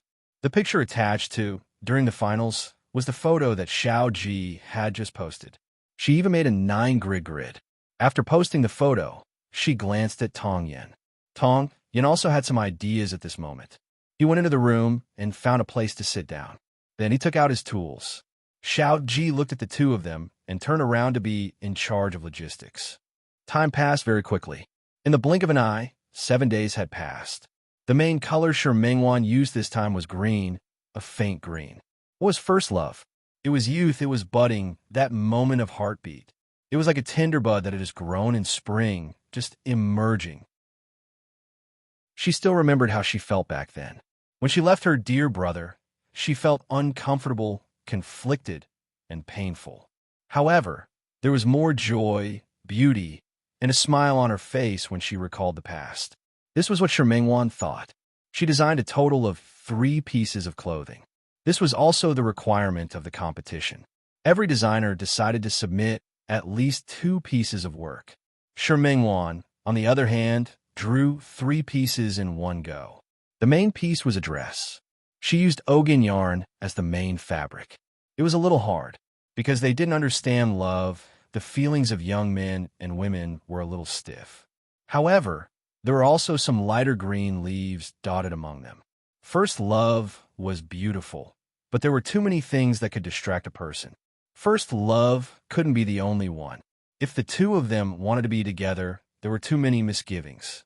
If they broke up, there would be too many external reasons. Shi Mengwan was very satisfied with this set of works.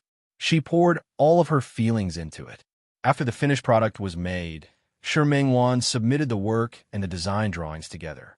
The rest was out of her control. All those who had submitted their works could play around the castle for the rest of the time. She told herself to relax and played seriously with Tong Yin and Xiao Ji in the castle for a day. Finally, it was time to announce the results.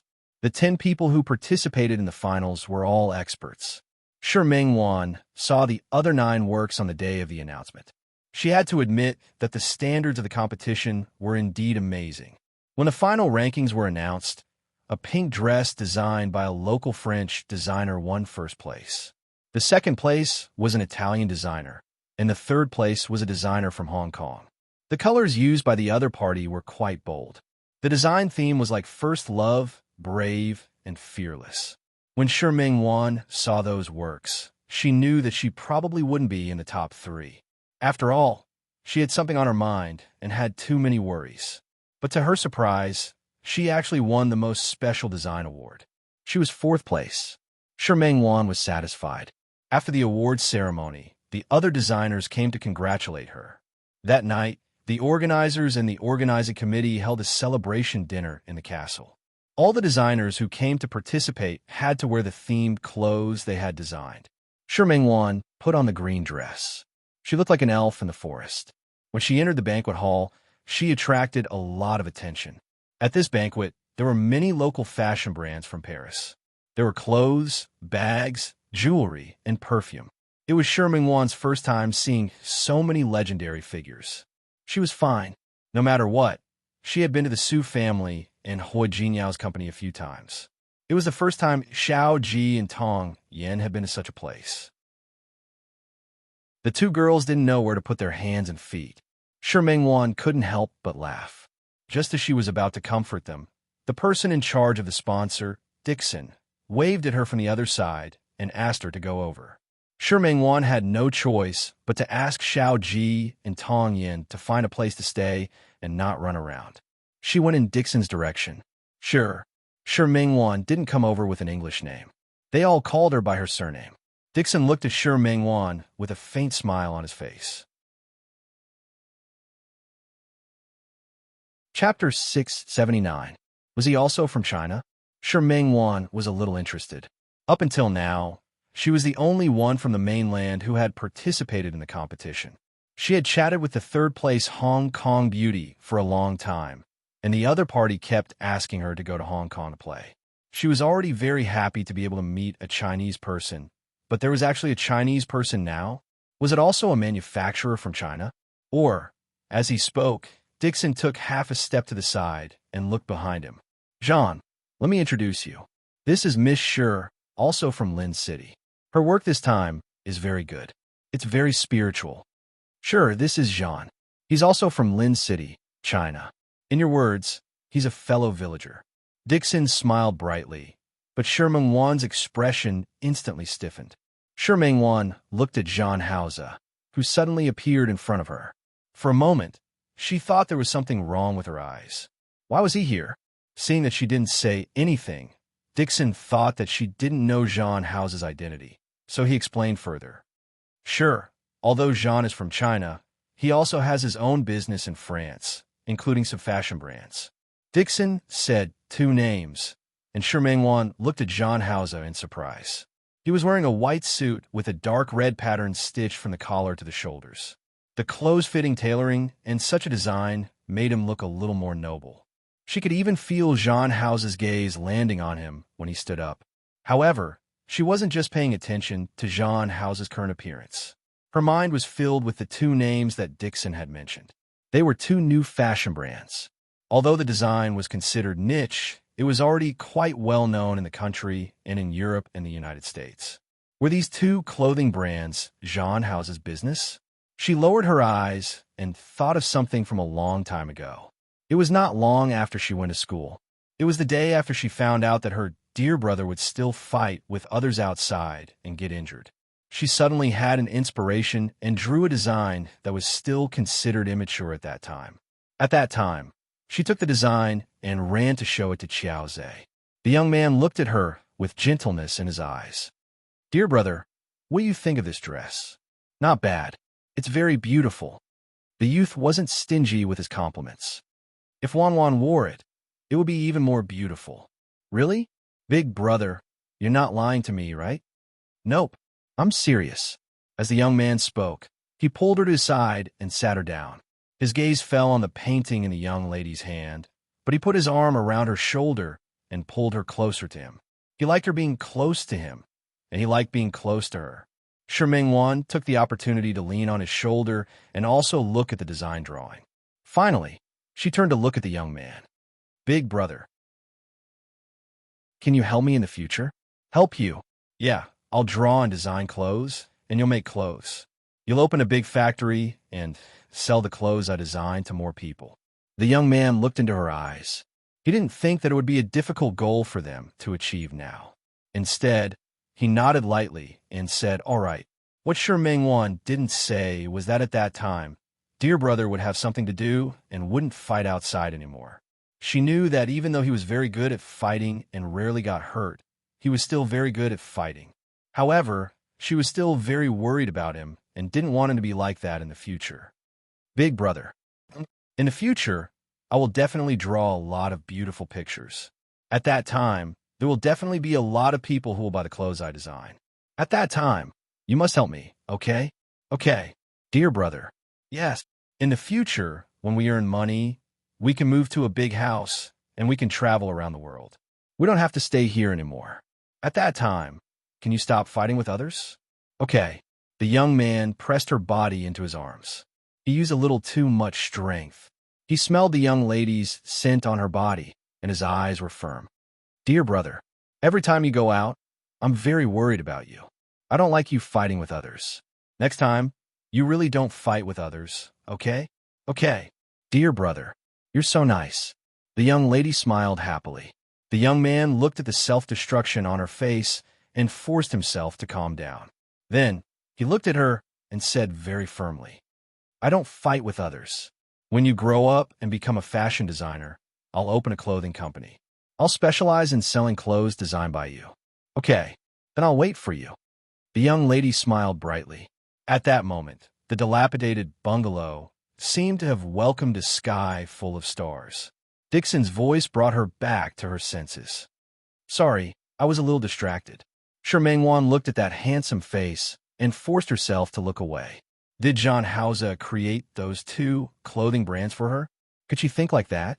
But looking at him, she couldn't link these two things together at all. Dixon acted as if he didn't notice the loss of composure on her face and continued to talk about John Hauser's identity in high spirits.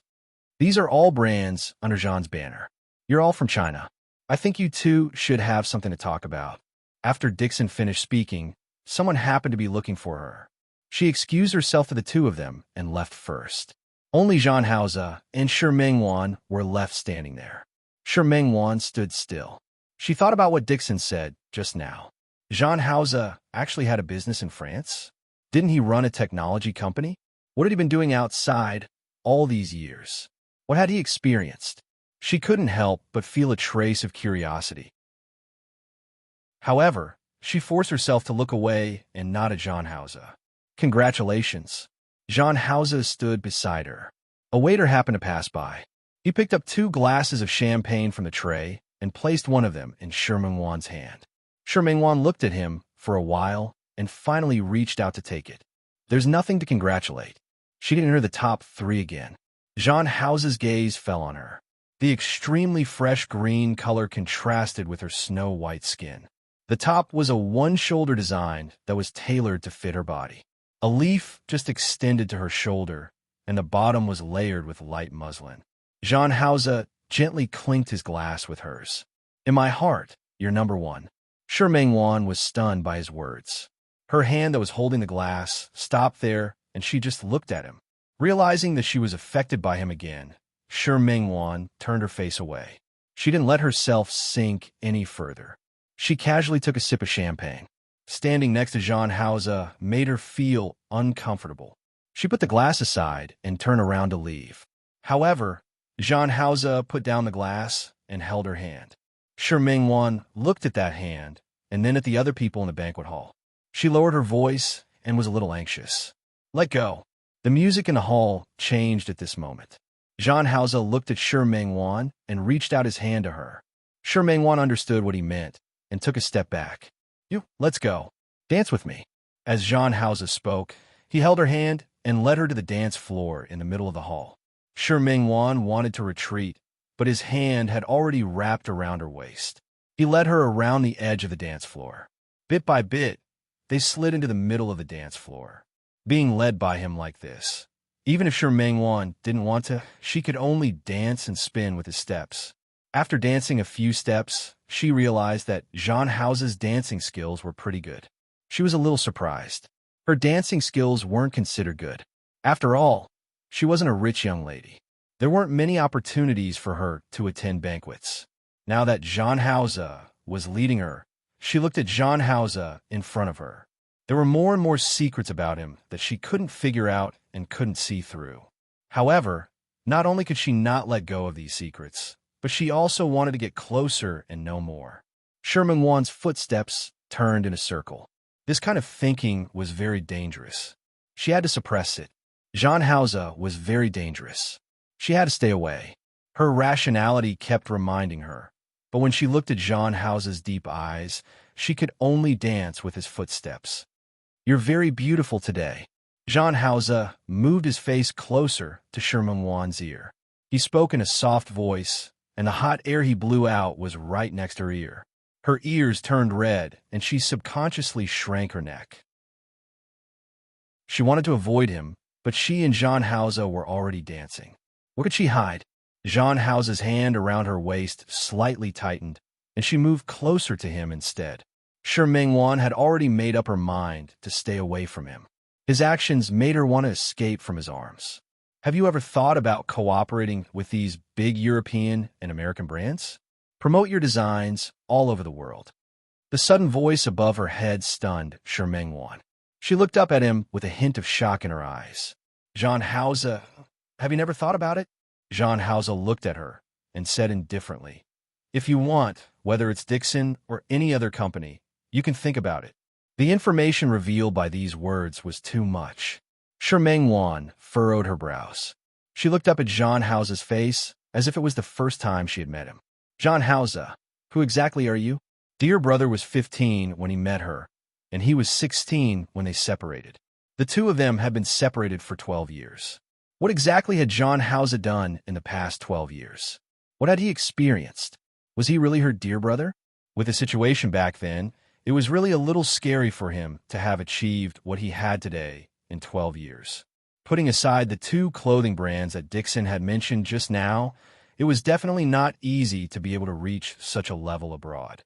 After she met Xiao Qi, she specially went to investigate the technology company that she had mentioned. She also investigated John Hausa. Although their company's website didn't have a photo of John Hausa, the introduction on it was very clear. The technology company that Xiao Qi was talking about was founded by John Hausa. Now, its market value was countless times higher than when it was founded. With such ability and such methods, she thought of the young man who only knew how to fight back then. She really couldn't connect the person in front of her with that young man. John Hausa looked into her eyes and tilted his head slightly. A kiss fell on her lips just like that. His voice was very soft. I'm your man. Sherman Wan's face suddenly turned red. She wanted to push John Hausa away, but she realized that he had brought her to the edge of the dance floor. The music changed at this moment. John Hausa took the opportunity to let go of her hand and brought her to the corner of the hall. As one of the invited guests, John Hausa also had a room in the castle. He brought Shi Mingwan upstairs. Shi Mingwan tried to break free from his hand a few times, but she didn't get what she wanted. When she went up to the second floor, she was surprised to find that John Hausa's room was actually arranged next to hers. Her body was brought in by him, and her hand grabbed the door handle. John Hausa, don't do anything rash. There were still so many guests downstairs, and Dixon was also there. Could it be that he was thinking? John Hausa looked at the resistance on her face and easily carried her body. With a tap of his toes, the door was closed. He pushed her against the door and gently caressed her collarbone with his big hand. I wanted to do that just now. As he spoke, he lowered his head and planted a kiss on the spot where his fingertips touched. John Hausa barely managed to retain some rationality. He didn't tear her dress apart, but the slow process of taking it off made Shi Mingwan's face turn red. Her body had already become unlike her own. She could only follow his movements to climb up or down. He was like a sharp sword, avoiding her, and she was the sea, containing his every attack. The moment he got off her, he didn't let go of her. Instead, he pulled her into his arms. Shi Mingwan couldn't move. She looked at the ceiling above her head, not quite understanding how things had turned out like this. She turned to look at him, and he was also looking at her. Shi Mingwan felt a little uncomfortable under his overly passionate gaze. When she shifted her gaze away, she saw his bare upper body. There was a scar on his abdomen, and it could be seen very clearly. This was the wound from a few days ago.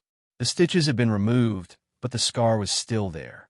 Previously, because of his engagement with Chan Fei, Shi Mingwan had always forced herself not to care about him and not to care about him. Now that she saw this wound, she couldn't help but reach out and caress it. How did you get it? It was so long, and she didn't know if it was deep. It must have been very painful at that time, right? Are you concerned about me? John Hausa's voice sounded like there was a hint of a smile in it. No. Shi Mingwan wanted to retract her hand, but John Hausa grabbed her hand and pressed it against the wound. She couldn't pull her hand back, so he grabbed it and caressed it bit by bit along the lines of the wound. The feeling there wasn't smooth. After Shi Mingwan felt it from beginning to end, she suddenly retracted her hand. She flipped over and turned around. There was no way she wouldn't look at him. John Hausa didn't understand what was wrong with her. He wanted to turn her body right, but she stubbornly refused. He was very strong, but in the end, she was turned around by him. Only then did he realize that her eyes were red and there was a faint mist in them. Wan. Shi Mingwan lowered her head and didn't look at him. She remembered that the young man had promised her that he wouldn't fight with anyone again. But whether it was when she met him in the alley of the bungalow district or this time, in short, he went back on his word. He forgot his promise, just like how he forgot that he had promised himself that he would take care of her and protect her for the rest of her life. Wan. John Hausa called her again. Compared to the rudeness and fierceness he had when he was entangled with her on the bed just now, the way he called her name was extremely gentle. Sure, Mengwan had the urge to cry, but she didn't want him to see her like this. She pushed him and got up to leave. However, she forgot that her body was still weak from the strenuous exercise. Just as she wanted to sit up, she fell back again. This time, she happened to fall into his arms. He just wanted to stop her, so her chin hit the top of his head. Sure, Mengwan was in pain. The tears that she had been holding back just now fell uncontrollably. Her tears stimulated John Hausa. He got up and wrapped her in his arms. Wan. Sure, Mengwan rarely felt so vulnerable. Now, she suddenly wanted to cry and felt uncomfortable. The emotions that she had been suppressing since her reunion with John Hausa seemed to finally be able to be vented. She raised her hand and suddenly punched John Hausa's chest. Bastard, you bastard. As she spoke, she punched him a few more times. Her strength was nothing more than scratching an itch to him. John Hausa didn't stop her and let her punch him. Sure, Mengwan punched him many times until her hands were out of strength. She finally stopped and leaned her face against John Hausa. Her voice was very soft. John Hausa, you're a bastard. He only knew how to bully her. He had always been like this. John Hausa, you're a liar. He had clearly promised her something, but he couldn't do anything. If he wasn't a liar, then what was he? John Hausa, you're still a thief. He stole her heart, but he didn't want to take responsibility. He was really a thief. You bastard, you liar, you thief. Sure, Mengwan wouldn't scold him anymore. She only said these 3 words back and forth. In the end, she was tired of fighting and scolding. In addition, she had been mentally and physically exhausted for the finals these few days. By the time John Hausa realized it, she had already closed her eyes and fell asleep on his chest. Even though she was asleep, her lips still seemed to be moving. He got closer and listened carefully. He heard the word bastard. John Hausa gently picked her up and laid her flat on the bed. He looked at her and gently caressed her cheek. There were still traces of tears there. He wiped away those tears one by one. Finally, he planted a kiss on her forehead. He wanted to lie down with her. Ever since Sure Mengwan left that day, he hadn't been idle for the past few days. He had a lot of things to do, but now he just wanted to hug this woman and sleep for a while. However, as soon as he lay down, his phone rang. Before waking Sure Mengwan up, John Hausa quickly turned off the sound of his phone. Then, he got up and went to the bathroom to answer the phone. The news from the other side made his expression solemn. He seemed to have thought of something and spoke extremely calmly. I'll be right back. Prepare the plane. Walking out of the bathroom, Sure Mengwan was sleeping soundly. John Hausa put on his clothes and stared at her sleeping face by the bed for a long time. Finally, he turned around and left resolutely. After Sure Mengwan returned from France, the workload of the studio increased a lot. Although she didn't get the top 3, the most special design award, and the 4th place in the competition were still very good.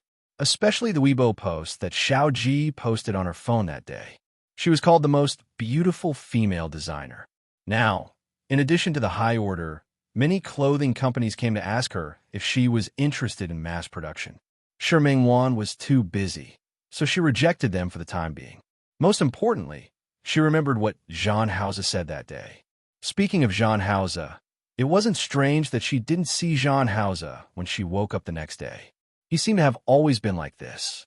He came and went as he pleased. What was she to him? Did they break up like this? She didn't go back to her room for the whole night, and her phone was left with Xiao Ji. The next day, Xiao Ji and Tong Yin were looking for her like crazy. Sure Mengwan could only say that she was drunk yesterday and found a room to sleep. If it weren't for the fact that this was Dixon's castle, Xiao Ji and Tong Yin wouldn't have believed her so easily. After returning to Lin City, Sure Mengwan had been paying attention to the news of the Chun family in Lin City. She found that other than the news of the engagement last time, there was no other news. Sure Mengwan couldn't tell what she felt. She really wanted to look for John Hausa, but she also wanted to use this opportunity to break it off. Soon, she wasn't in the mood to worry about John Hausa.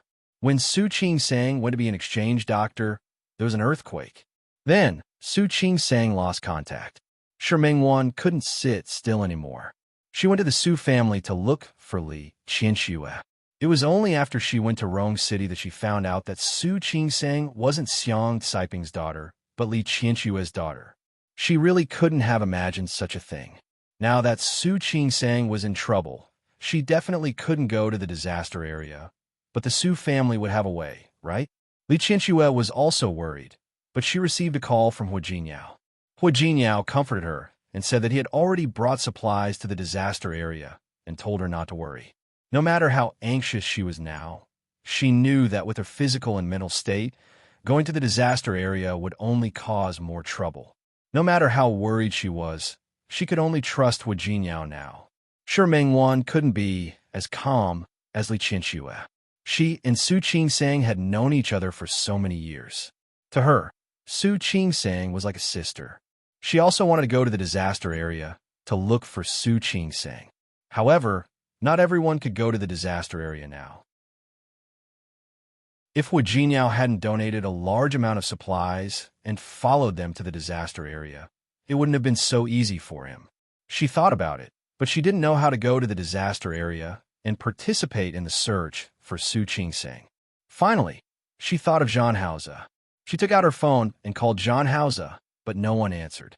After staring at the phone for a long time, she decided to make a trip herself.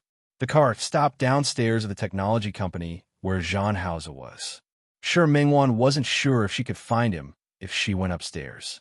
Maybe he wasn't in the company? She wanted to leave, but her worry for Su Qingsang overwhelmed everything else. After entering the building, she was in no mood to appreciate the ultra-modern decoration and some equipment that could only be seen in movies. She walked directly to the front desk and told the front desk that she was looking for Zhan Haoze. "You're looking for President Zhan? I'm sorry. If you don't have an appointment, we can't let you go up." "Can you ask?" "I'm sorry, ma'am. I really can't see President Zhan without an appointment." Shi Mengwan gritted her teeth and was still thinking about how to go up and see Zhan Haoze. She heard someone calling her. Chapter 680. Mengwan. Xiaoqi's voice made her turn around. She was relieved to see an acquaintance, but at the same time, she felt a little uncomfortable. "Why are you here? Are you here for me?" Xiaoqi had been sent to the branch office by Zhan Haoze. Today, he happened to be here to report, but he didn't expect to see Shi Mengwan. "No." Shi Mengwan stood there, a little hesitant. She didn't know if she should tell Xiaoqi. "Then what are you doing?" "I'm looking for Zhan Haoze." Shi Mengwan looked at him. Her voice was a little obscure and a little shy. "But they said that I can't go up without an appointment." "You're looking for President Zhan?" Xiaoqi was stunned. He didn't seem to understand what kind of relationship Shi Mengwan had with Zhan Haoze. "Yes, I have something to talk to him about." Shi Mengwan looked at Xiaoqi. She knew that she shouldn't, but she still said, "Do you have a way for me to see him? Come with me." He was doing well in a new company, so he still had some face in front of Zhan Haoze. "Thank you." Shi Mengwan nodded. Xiaoqi didn't ask further and led her to the elevator. With Shorky leading the way, this one went very smoothly. When she went upstairs, Tang Hua happened to be there too. He was stunned when he saw Shi Mengwan. He glanced at Xiaoqi with obvious disapproval in his eyes. Xiaoqi was a little embarrassed. In fact, he didn't know what the relationship between Shi Mengwan and Zhan Haoze was. "She has something to talk to President Zhan about." "Assistant Tang, can you help inform him?" He knew that Zhan Haoze had just finished a meeting and should be in his office. Tang Hua looked at him and turned to Shi Mengwan. He naturally knew Shi Mengwan. "Wait a moment." Tang Hua entered the door. Xiaoqi looked at Shi Mengwan and wanted to ask several times. "Sean, thank you." Shi Mengwan looked at him and remembered that she still owed him an explanation. "If there's a chance next time, I'll tell you." "It doesn't matter." Xiaoqi waved his hand. "It doesn't matter if you don't want to tell me. I believe in you." Shi Mengwan didn't say anything, but there was a rare hint of emotion in her eyes.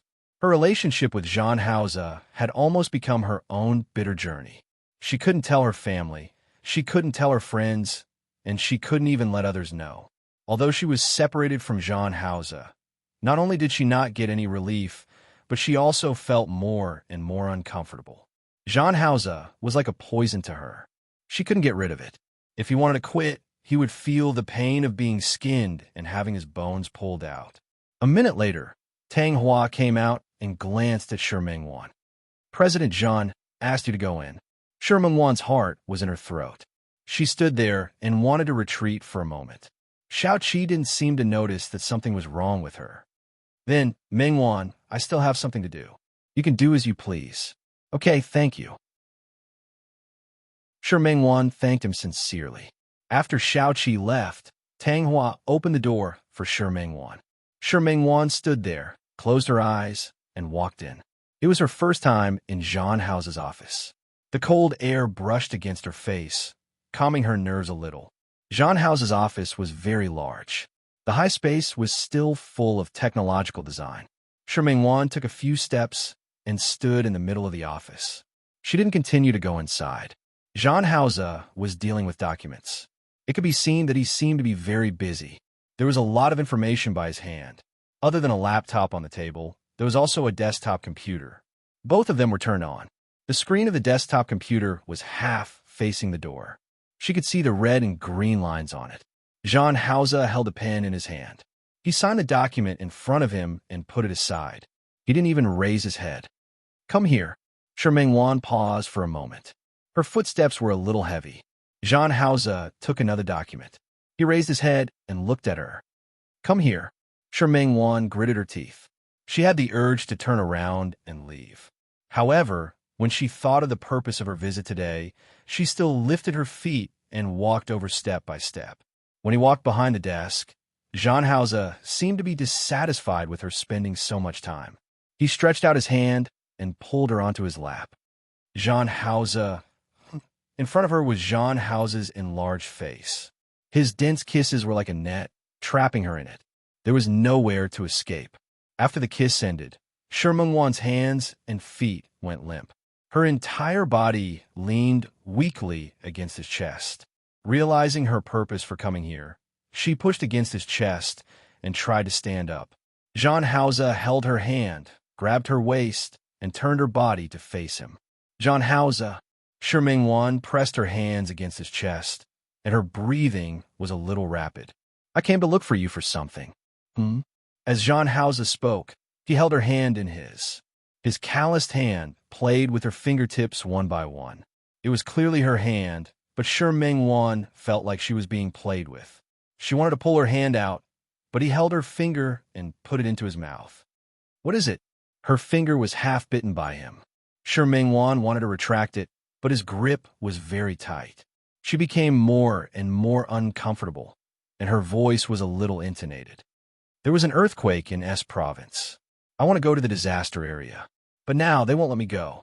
Zhan Hao stopped biting her finger for a moment. He looked into her eyes. Why are you going there? Qing Sang is there. There's still no news of her. I'm very worried about her. TCA. Her finger was bitten hard by him. She felt the pain and quickly pulled her hand back. Zhan Hao looked at her with a deep gaze. His meaning was unclear. Shi Mengwan didn't know what was wrong with him, but she wouldn't forget her purpose. I heard that you can go in with the supplies. I want to know if you can know. Zhan Hao directly refused. Zhan Hao? I can donate supplies, but I won't let you go to S province. There's still aftershocks there. It's very dangerous. It was rare for Zhan Hao to say a string of words in one breath. His voice sounded very calm, but the concern in his words was not less. Shi Mengwan refused to give in just like that. It's precisely because it's very dangerous that I want to go. Do you know that Qing Sang is my best friend? Hua Jinyao will naturally take care of her matters. You don't have to worry too much. Hua Jinyao won't let anything happen to her. He had seen Hua Jinyao and Su Qing Sang together. Hua Jinyao doted on his wife very much. He believed that he wouldn't let anything happen to Su Qing Sang. How can it be the same? Hua Jinyao was Hua Jinyao, and she was her. I can't tell what's the difference. As Zhan Hao spoke, he grabbed Shi Mengwan's hand and gently bit it again. Shi Mengwan was in pain, but this time, she couldn't even pull it back. Zhan Hao, I must go. I also said, you're not allowed to go. You. Shi Mengwan pushed him hard. At the same time, she pulled her hand out and took a big step back. Her movements were too big, and the back of her waist accidentally hit his desk. This was much more painful than being bitten on her finger. Her facial features were squeezed together. Jean Hauser quickly got up and wanted to check her waist. "Where did you hit?" "Don't touch me." Sherman Wan's temper flared up. She had already decided to break up with Jean Hauser. She came because she really didn't have anyone else to look for. However, with Jean Hauser's attitude, she knew that she couldn't count on him. She would think of another way. She ignored the pain on the back of her waist and turned to leave. Jean Hauser pulled her body over and fixed her in his arms again. He lifted her clothes and was about to check her injury. "Let go of me." She didn't need his concern. Jean Hauser was a little angry because of her uncooperative actions. She was clearly injured, but she was still so stubborn. He pressed her body down and took a step back. She sat on his lap again. This was much more convenient. He lifted her clothes and found that the back of her waist had already been bruised. Her skin was fair, and such a large bruise looked especially glaring. Jean Hauser's expression didn't look too good. He pressed the internal line and asked Tang Hua to send the medicine in. "No need." He hung up the phone. Shermeng Wan didn't want to accept this favor. "It's just a small injury."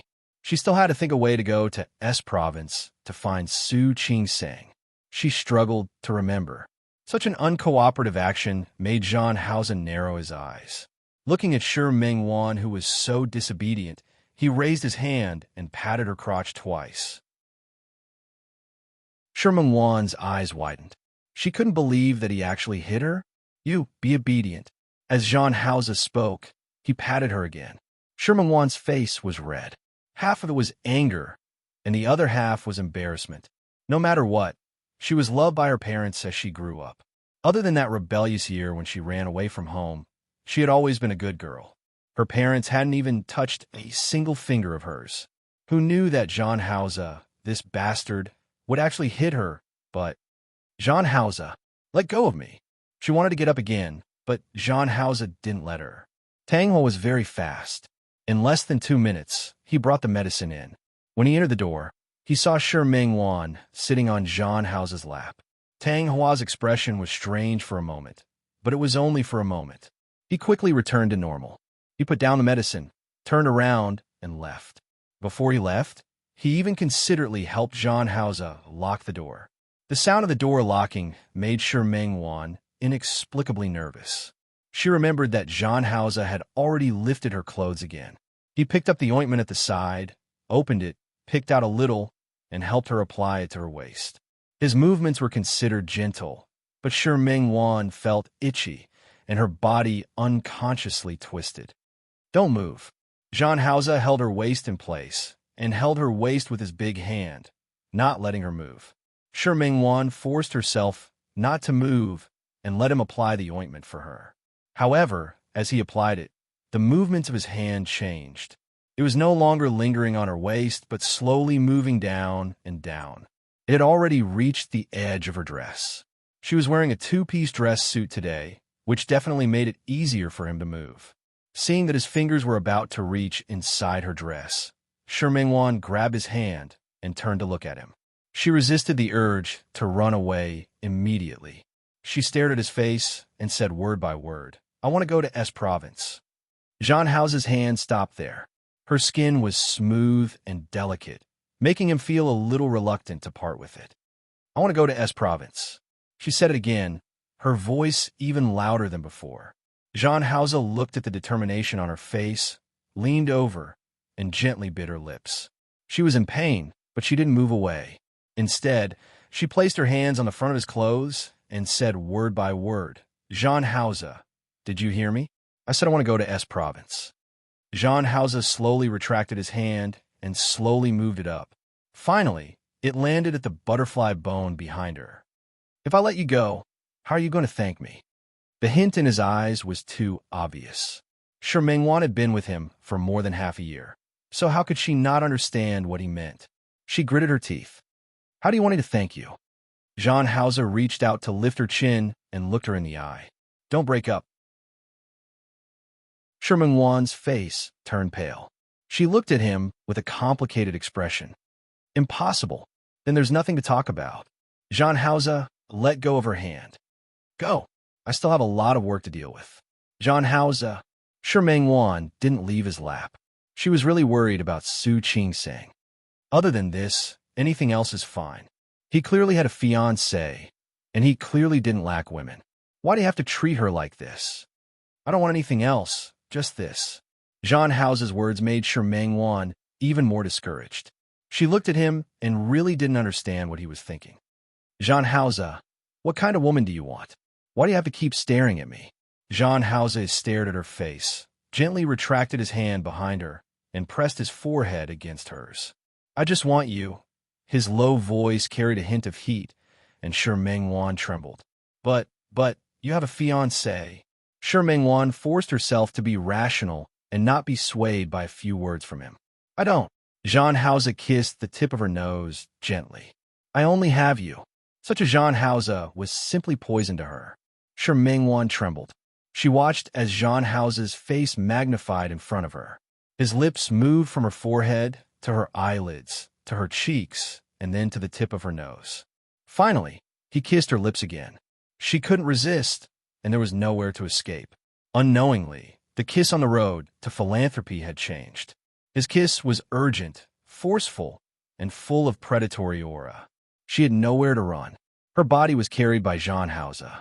The moment she was suspended in the air, she was afraid of falling, so she instinctively wrapped her arms around his neck.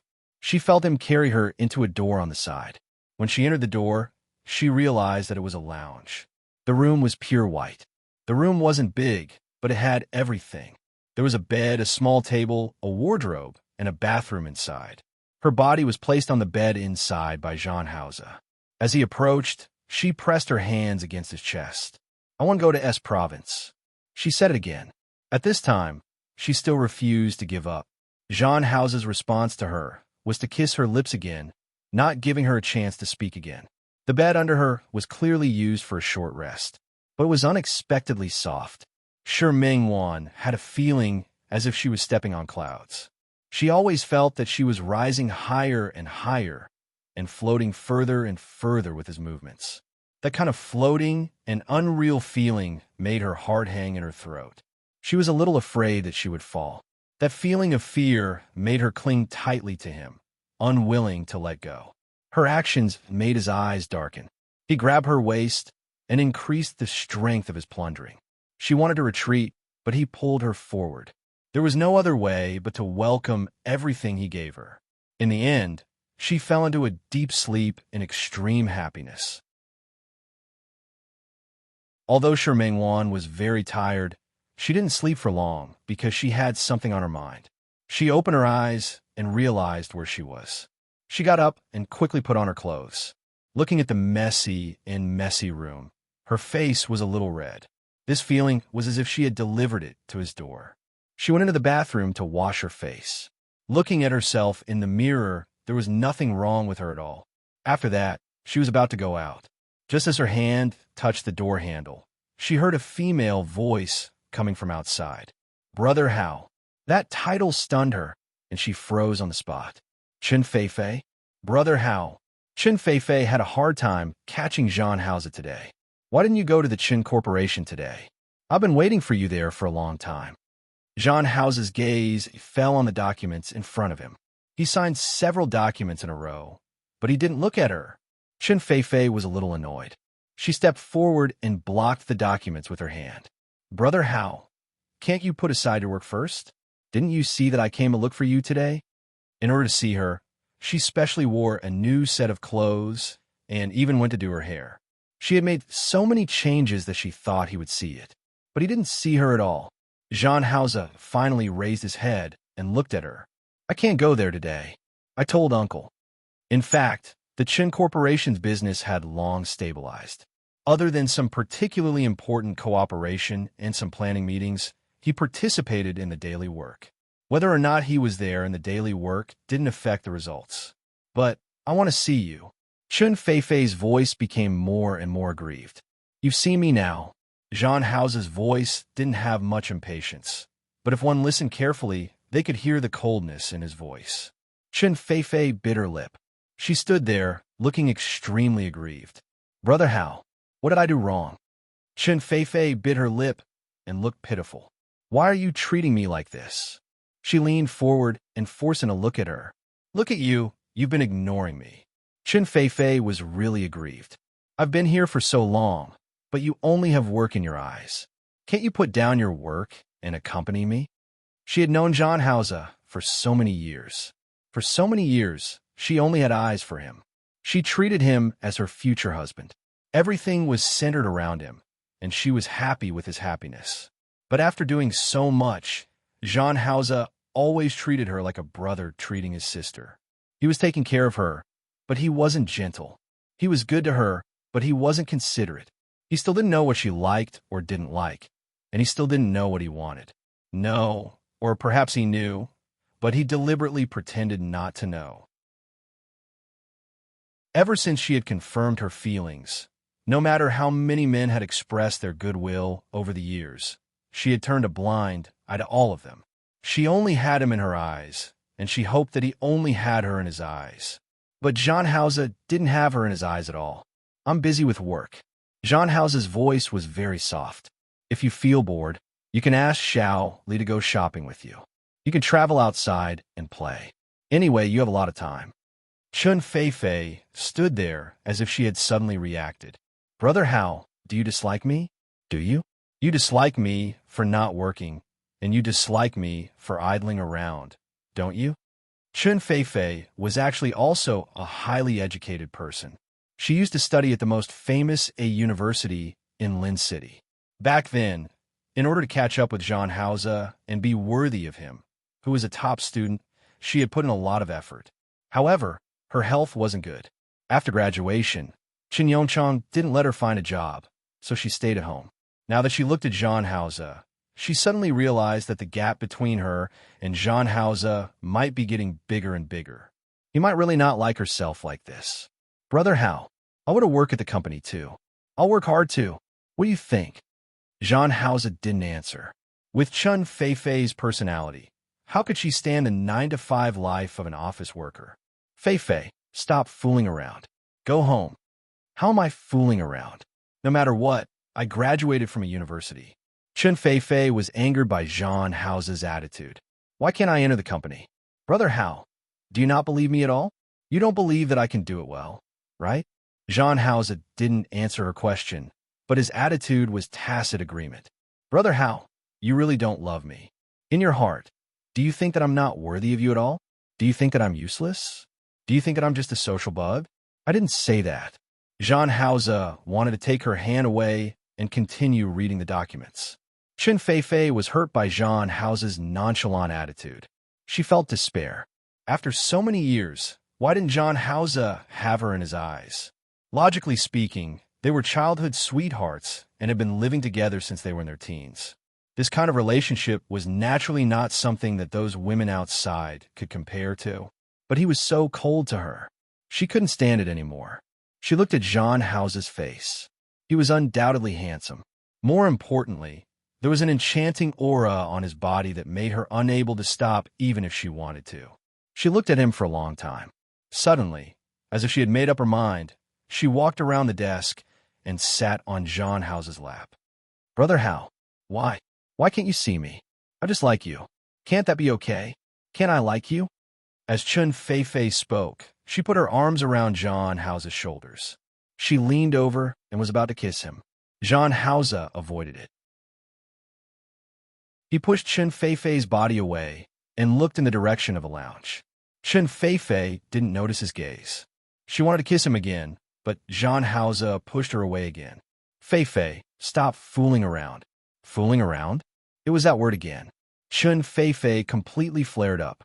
She stubbornly hugged John Hauser and refused to let go. "How did I fool around? Brother Hao, how did I fool around? I love you so much. I only love you, but what about you? Why can't you love me? Why can't you look at me? Brother Hao, tell me, what else do you want me to do?" She was so emotional that John Hauser couldn't pull her away for a moment. She hugged him and kissed him all over the face without any pattern. Chapter 681. John Hauser looked at the door of the lounge and then at Chen Feifei. Chen Feifei had already lost control of her emotions. "Brother Hao, I like you. I just like you. I love you. She was about to kiss his lips again, but he reached out and pulled her away again. Fei, calm down. I'm very calm. Chen Fei held John House's face with both hands. I'm your fiancé, but why do you never see me in your eyes?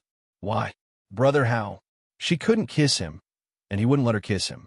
Chen Fei was in despair. She reached out and grabbed the front of his shirt. The hurt look on her face and the tears in her eyes made her look even more pitiful. I really love you, Brother Hao. Can't you love me? Do you love me, okay? Jean Hauze looked at Chen Fei's face and finally lost his patience. When she pestered him again, he pressed the internal line. Soon, Tang Hua appeared. Hua, Fei isn't feeling well today. Send her home. Brother Hao. Chen Fei hooked her arms around John House's neck and refused to let go. I'm not feeling well. I don't want to go home. You know what I mean. Don't think about chasing me away just like that. Jean Hauze didn't want to talk to her anymore. He waved his hand, and Tang Hua understood. He stepped forward and pulled Chen Fei's hand. Miss Chen, President John still has a meeting to attend later. You don't want others to see you like this, do you? Chen Fei stood there without moving, and Tang Hua couldn't really act recklessly. One had to know that she was Chun Yongchang's beloved daughter. Miss Chen, don't make things difficult for President John, right? Jean Hauze looked at Chen Fei expressionlessly. Fei, you can go back first. Chen Fei bit her lip. She felt that her dignity had been thrown to the ground. She looked at Jean Hauze and sniffed, forcing herself not to cry. Okay, you don't want to see me. You have something to do later. I'll leave, but you have to go home and have dinner with me today. Otherwise, I won't leave today. Jean Hauze's brows were tightly knitted. He looked in the direction of the lounge from the corner of his eyes and finally nodded. He agreed, and Chen Fei finally felt that she was not so embarrassed. She took a step forward and stood in front of him. Brother Hao, I really like you. I promise you that I will work hard for you and become a better version of myself. But before that, you're not allowed to like other women. Did you hear me? After saying that, she tiptoed and kissed Jean Hauze on the cheek. Jean Hauze clenched his fists tightly and glanced at Tang Hua. Chen Fei turned around and walked past Tang Hua. I don't need you to send me off. I'll go back myself. Brother Hao, I'll wait for you. After Chen Fei left, Tang Hua breathed a sigh of relief. He could roughly guess what was going on, so he glanced at the lounge. Then he looked at Jean Hauze. He was glad that the person inside was not as mischievous as Chen Fei. Otherwise, there would be a good show to watch. After Tang Hua left, the office became quiet. Jean Hauze walked to the door of the lounge. Just as he was about to open the door opened first. Shi Mengwan stood at the door for a long time. She didn't look at him. She walked past him and was about to walk out. Jean Hauze stopped her. Where are you going? Shi Mengwan looked at him and realized one thing. It was a mistake for her to look for Jean Hauze today. No, it wasn't just today. Every time she got involved with him, it was a mistake. She walked past him from the other side, and Jean Hauze grabbed her hand. Where are you going? Home. Shi Mengwan didn't need to stay any longer. Can I? Her appearance made Jean Hauze inexplicably panic. He didn't want her to leave just like that. Aren't you going to S Province? Will you help me go? Shi Mengwan stared straight at his face. She believed that he wouldn't let her go to S Province at all. Jean Hauze was silent. He indeed wouldn't let her go. Shi Mengwan knew that he wouldn't let her go. He was just keeping her hanging. Wan. Jean Hauze. Shi Mengwan looked into his eyes and bit the tip of her tongue hard, forcing herself not to indulge in his deep eyes. I won't look for you in the future. I won't see you again. You already have Chen Fei. So, please don't look for me. Her footsteps were firm. Jean Hauze's heart trembled. He had a feeling that he was about to lose Shi Mengwan. He hugged her from behind and hugged her tightly. Don't go. Shi Mengwan stopped for a while. Then she pulled Jean Hauze's fingers one by one. Jean Hauze, don't be like this. Wan, give me time, Jean Hauze. Shi Mengwan suddenly raised her voice and struggled out of his arms. She stood in front of him and stared at his face with a burning gaze. Give you time? Tell me, how much time do I give you? A month? Half a year? A year? How much time do you need? How long do I have to wait before I can stand in front of you openly? Can you answer? She thought of Chun Fei, whom she couldn't help but open a crack in the door. She didn't have the pride and confidence she had when she went to her studio. That Chun Fei was a little woman trapped by love. What about her? How much better was she than Chun Fei? For Jean Hauze, she also had no dignity and no bottom line. Jean Hauze was silent. His expression was very solemn. His lips moved, but he didn't say a word. Shi Mingwan already knew this would be the result. You can't answer. You can't answer at all. So let it be.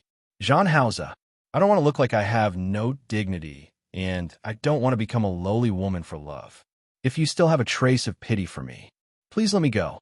The coldness and determination in her eyes made Jean Hauze's eyes flash with gloominess and complexity.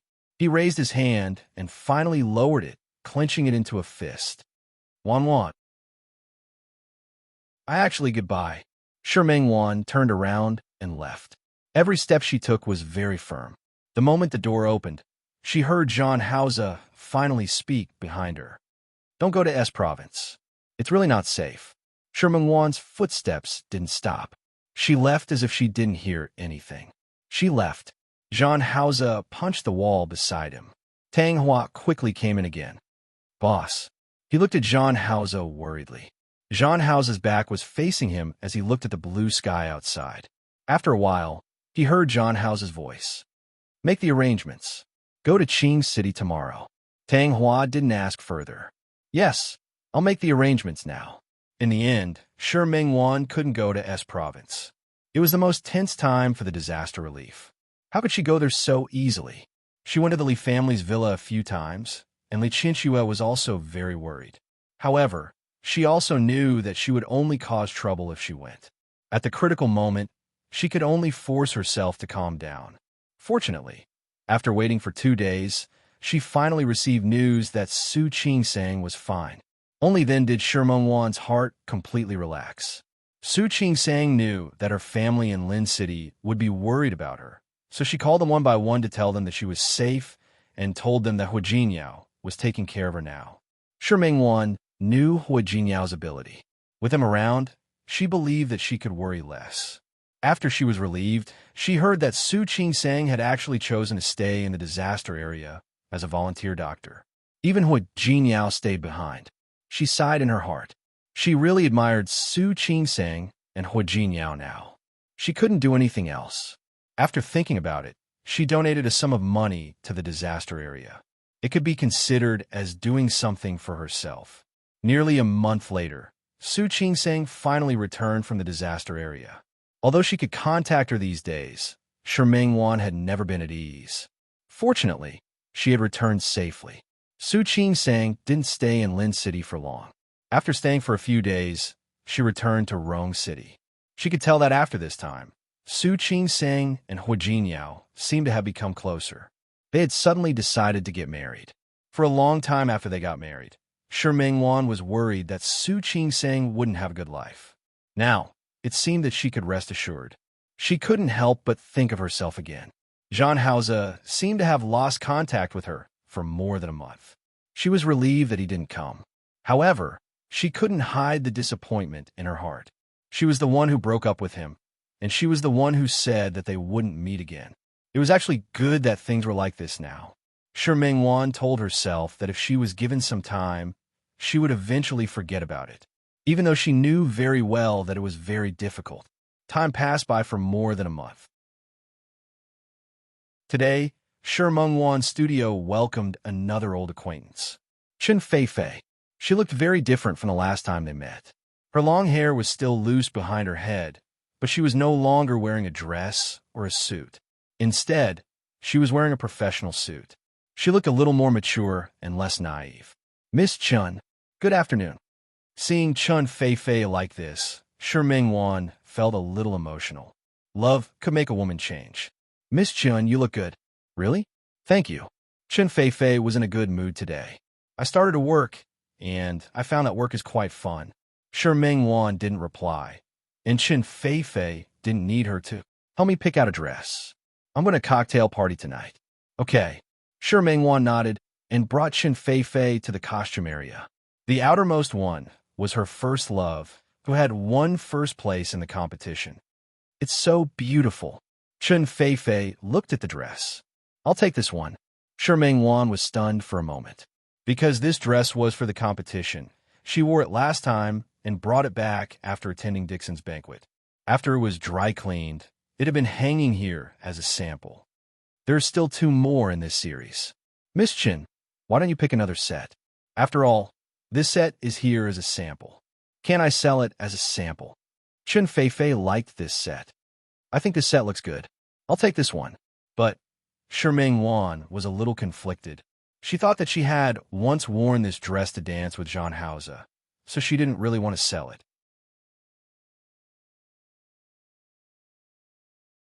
Chapter 682. It's not about money. Shi Mengwan smiled appropriately.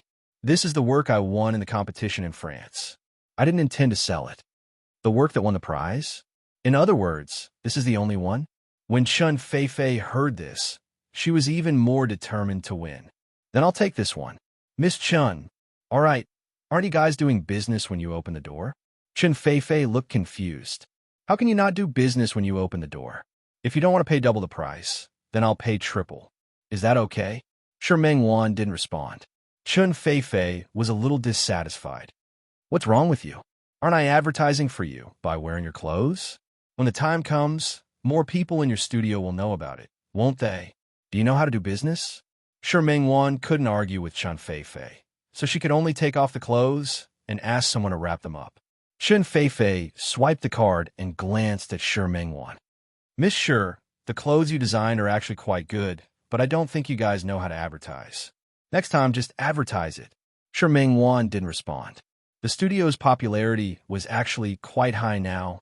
After winning the award, there were still many online orders. She was wondering if she should hire a few more people. By the way, if you have a new model next time, you can call me. As Chen Feifei spoke, she took out a business card. Okay. Shi Mengwan took the business card from Chen Feifei. On it was written the manager of the Chen Corporation's customer service department. After sending Chen Feifei away, Shi Mengwan looked at the empty model and wasn't in the mood to think too much. She asked Xiao Ji to bring a set of clothes for the model to wear. A thought flashed through her mind. If Chen Feifei went to the reception, would Zhang Haoze go? If he did, would he see that dress and think of her? Shi Mengwan, who realized what she was thinking, quickly stopped that thought. You guys have already broken up. She told herself that since that was the case, then it had nothing to do with that person. Not long after she returned to the office, someone came to look for her. To Shi Mengwan's surprise, the person who came was Wan Xianyang. Why are you here? In fact, after returning from France, Wan Xianyang specially came to Lin City to look for her twice. Other than coming to her house to look for her, the messages and calls never stopped. Last time, he said that he had something to do in Lin City. She thought he was just joking. She didn't expect that he would really come. Can I come? Wan Xianyang handed the bouquet of roses to Shi Mengwan. This time, it was a bouquet of pink roses. Every time he came to look for her, he would send her flowers. Shi Mengwan looked at the bouquet of flowers and didn't take it for a long time. Wan Xianyang, I told you I know that you don't like me, so it's impossible for you to be with me, right? Wan Xianyang spoke first, leaving Shi Mengwan speechless. I'm just giving you a bouquet of flowers. You don't have to be so nervous, right? Shi Mengwan watched as he forcefully placed the bouquet of flowers in her hand. She had no choice but to take it. Thank you. You're welcome.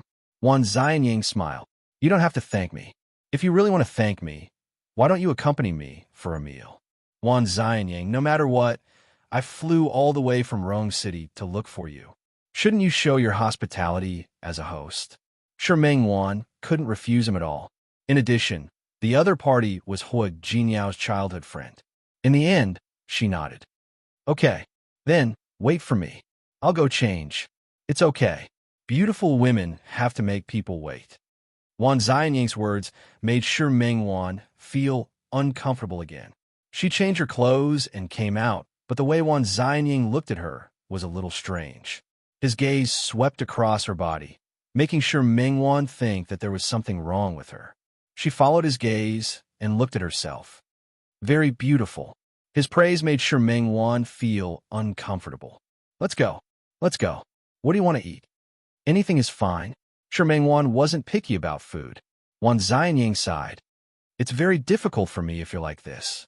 I'm treating people to a meal, and I'm most afraid of hearing anything like that. Just as Shi Mingwan was a little embarrassed, Wan Xianying approached her and added, however, beautiful women have special privileges. Shi Mingwan couldn't help but laugh. This Wan Xianying was a very interesting person most of the time. Wan Xianying brought Shi Mingwan to Chaoan Courtyard.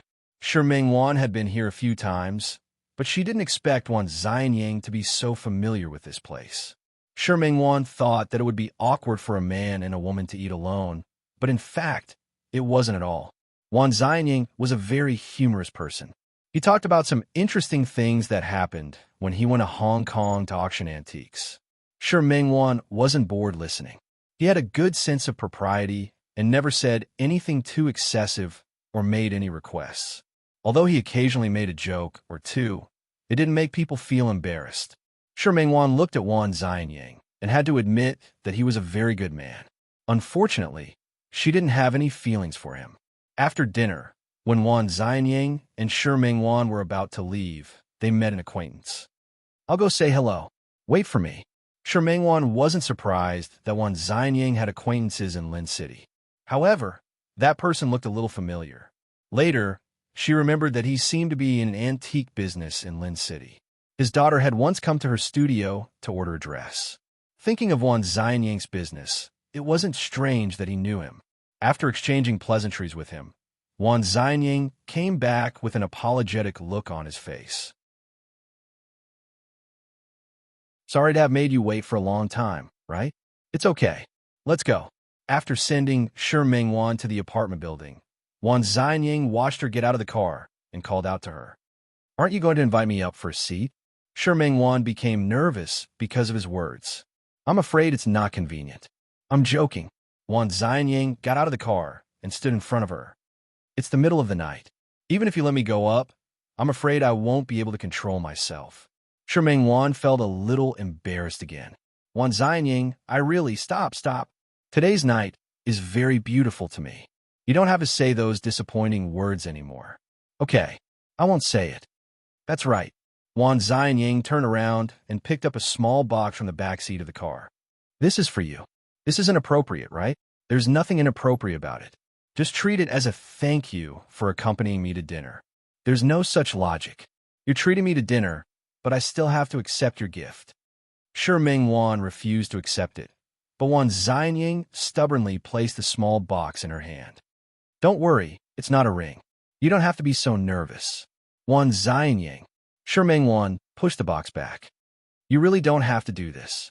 I'll be embarrassed if you do this. If you really feel embarrassed, how about you accompany me to a banquet tomorrow? A banquet? Shi Mingwan was stunned. What banquet? Don't be so nervous. Wan Xianying smiled. It's a Mr. Dong I met today. Tomorrow is his father's 70th birthday. My grandfather has some friendship with him. When he saw me, he invited me to attend. Logically speaking, I should go. So can I trouble you to be my female companion? This isn't appropriate, right? How could that be? I don't think it's inappropriate. Or are you not willing to help me?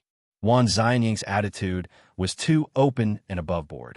Shi Mingwan met the sincerity in his eyes and finally nodded. Okay, I promise you.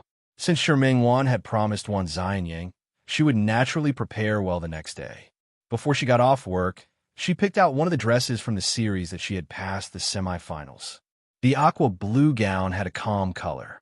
It was very suitable for her to attend the birthday banquet. Xiao Ji knew that Shi Mingwan was going to attend the banquet, so she was even more excited than herself. She followed the other two assistants of the company and tormented Shi Mingwan. Her long hair was tied up at the back of her head, leaving two strands hanging by her ears, coupled with a pair of high heels of the same color. She looked elegant and imposing. It wasn't time to get off work yet, but Wan Xianying came to pick her up. When he saw Shi Mingwan like this, Wan Xianying's gaze fell on her and didn't move away. I regret it. Wan Xianying stood there with a conflicted expression. I don't want to bring such a beautiful female companion out. I want to hide you. His words made Shi Mengwan's nervousness disappear without a trace. Thank you. You're also very handsome today. Wan Xianying was wearing a white suit today. The bow tie on his chest was dark blue. There was also a faint blue in the pocket on his chest. From this, it looked like the two of them were wearing a couple's outfit. Shi Mengwan felt that it was a little strange, but Wan Xianying was glad that he had chosen this set of clothes today. He was afraid that Shi Mengwan would lose face, so he didn't tease her about it. Let's go. Shi Mengwan was about to walk out, but Wan Xianying stopped in his tracks. He took out the small box from yesterday from his pocket. Opening it, there was a pair of blue diamond earrings inside. Look, don't we have a tacit understanding? The gown you chose is the same color as the gown I chose. As he spoke, he even looked at himself. It wasn't just the color of the earrings that matched, but the clothes also matched. In short, everything matched. Shi Mengwan couldn't answer him. Wan Xianying went forward and was about to put it on for her. There's no need, right? Don't reject me. Wan Xianying went forward and took out the pair of earrings. It really suits you. Just treat it as a thank you gift for accompanying me to the banquet. This person could always find so many reasons. Before Shi Mengwan could refuse, Wan Xianying had already put the earrings on for her. Shi Mengwan couldn't see her own appearance. Wan Xianying took a step back with obvious admiration in his eyes. So beautiful. I really don't want to bring you along anymore. What should I do? Although he said that, Wan Xianying still brought Shi Mengwan to the hotel where the banquet was held. When Shi Mengwan and Wan Xianying entered the banquet hall, there were already a lot of people there. When the two of them came in, they tried their best to keep a low profile, but they still attracted a lot of attention. The man was handsome and the woman was beautiful, but they were unfamiliar faces. They didn't seem to be from Lin City's circle.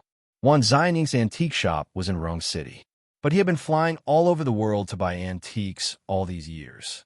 More importantly, his family had a long history. Although he was young in the antique appraisal industry, he was already very experienced.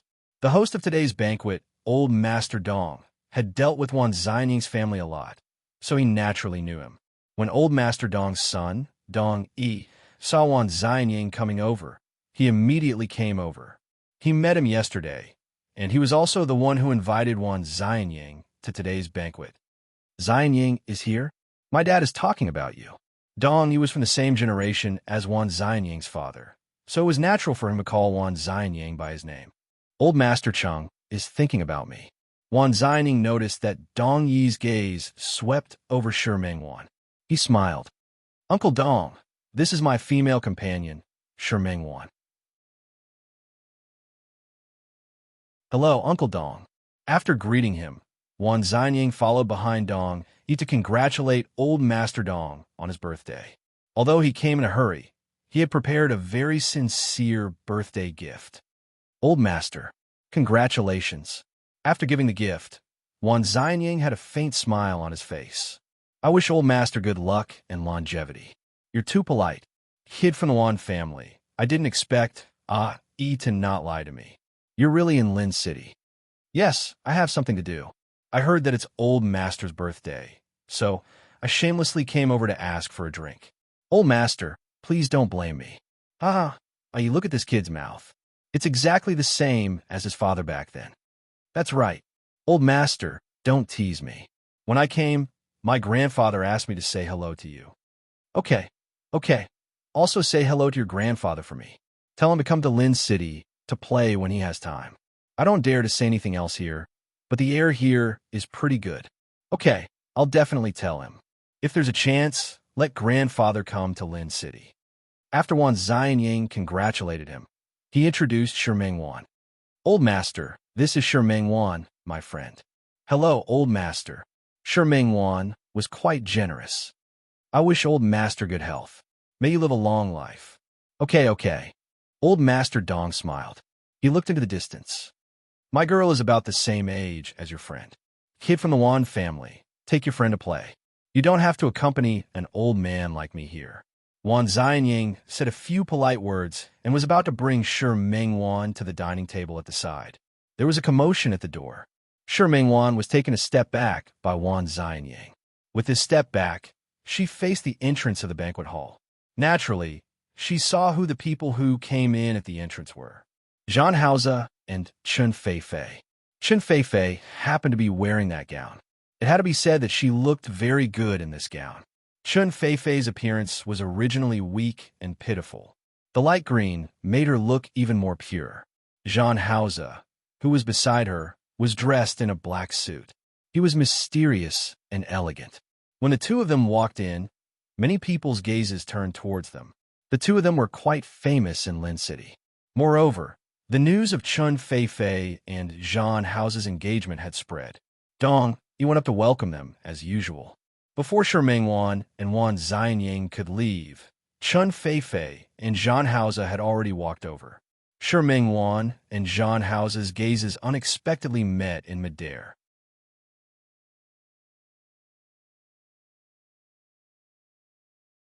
Chapter 683. Shi Mingwan forced herself to look away. Coincidentally, Wan Xianying was also looking at her. He leaned close to her ear and said softly, "Are you bored? It's fine. We'll leave after a while.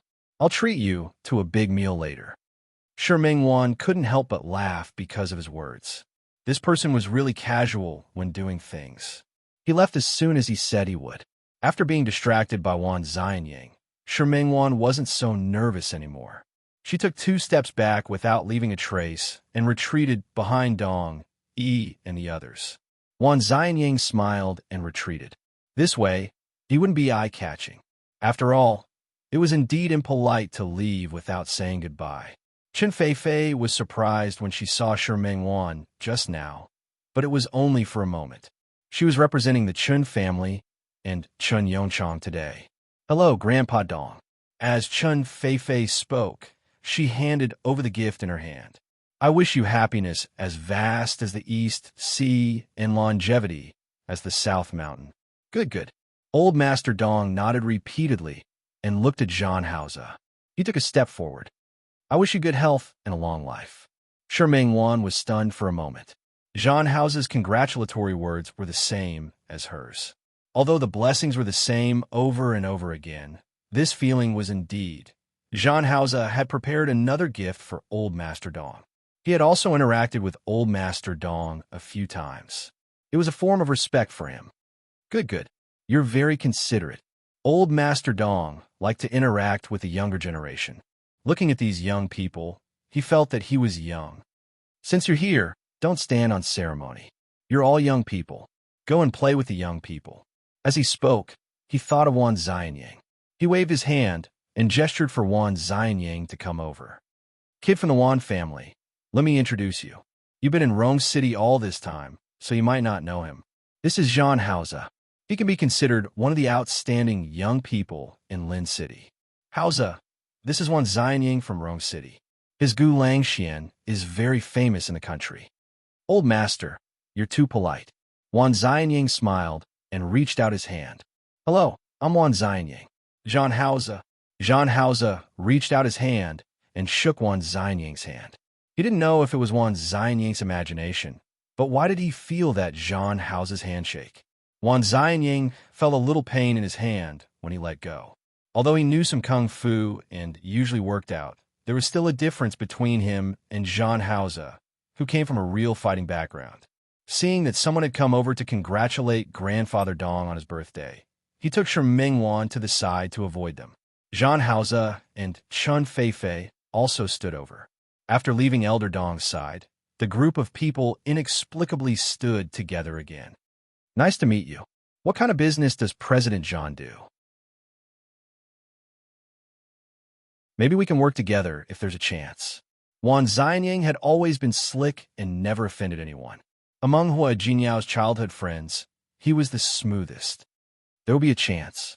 As Zhan Haoze spoke, his gaze inadvertently swept across Shi Mingwan's face. He nodded slightly and said, "Miss Shi, what a coincidence." As soon as these words came out, the other 3 people present were shocked, especially Shi Mingwan. She couldn't believe that Zhan Haoze actually greeted her. Chen Feifei couldn't help but take another look at him. Then, She went to hold John House's arm. "Brother Hal, do you still remember Miss Sure? Wasn't your clothes designed by Miss Sure?" John House said it casually. When Chun Fei appeared in front of him wearing this today, she even shocked him. He thought that this set of clothes was different for Shi Mengwan and that she wouldn't be willing to sell it. Who knew that not only did she sell it, but she also sold it to Chun Fei. Chun Fei pouted and remembered that she had indeed mentioned it when she was wearing this set of clothes today. She felt a little annoyed. In her heart, all women were her potential rivals in love. She really didn't want John House to notice other women, even if it was just a name. Because of John House's words, Wan Xianying looked at Shi Mengwan. There was obvious admiration and surprise in his eyes. "I always knew that you were very powerful, but I really didn't expect you to be even more powerful." Shi Mengwan was a little embarrassed. She smiled faintly. "It's nothing. There's just a specialty in the industry." Seeing that Chun Fei and John House were still standing there without moving, she looked at Wan Xianying. "I'm a little hungry. Let's go sit down." "Okay." Wan Xianying nodded and glanced at John House and Chun Fei. "Excuse me." They left. John House stood there with a gloomy gaze. Chun Fei's hand was still hooked around his arm, so he retracted his hand without a trace. "Brother Hal, let's go find a seat and sit down." John House retracted his hand when Chun Fei was about to hook her hand over again. The two of them went to their seats and sat down. "Brother Hal, there are really a lot of people here today. Not to mention anything else, Chun Fei also saw Su Changwei. One had to know that the Su family's identity wasn't ordinary. Usually, they wouldn't come to a banquet like the Dong families." John House didn't hear Chun Fei's words. He looked in Su Changhui's direction. If he remembered correctly, Su Changhui seemed to have gone out on his own. "Brother Hal, are you listening to me?" Eat. John House's voice was indifferent. Chun Fei gritted her teeth. Today, she wore a new dress and specially dressed herself up, but John House just didn't look at her. This made her very discouraged, and her expression became more and more unsightly. "Brother Hal, you." She wanted to flare up, but this was someone else's place, so she couldn't go too far. She could only turn around and sulk, thinking that John House would coax her. Who knew that John House still wouldn't look at her, which made Chun Fei quite angry. On the other side, Wan Xianying kept teasing Shi Mengwan. He was afraid that she would feel uncomfortable in such a place, so he would find some interesting things to make her happy from time to time. Shi Mengwan was so amused by him that she really forgot about what happened before. There was a smile on her face. However, she didn't know that her smile became more and more gloomy in John House's eyes. Halfway through the banquet, Wan Xianying left with Shi Mengwan. Before leaving, she casually looked around the banquet hall and found that John House and Chun Fei weren't there. She quickly retracted her gaze and left with Wan Xianying. Wan Xianying was also a wonderful person. He left the hotel but didn't bring her home. Instead, he found a place to change out of the flamboyant gown he was wearing.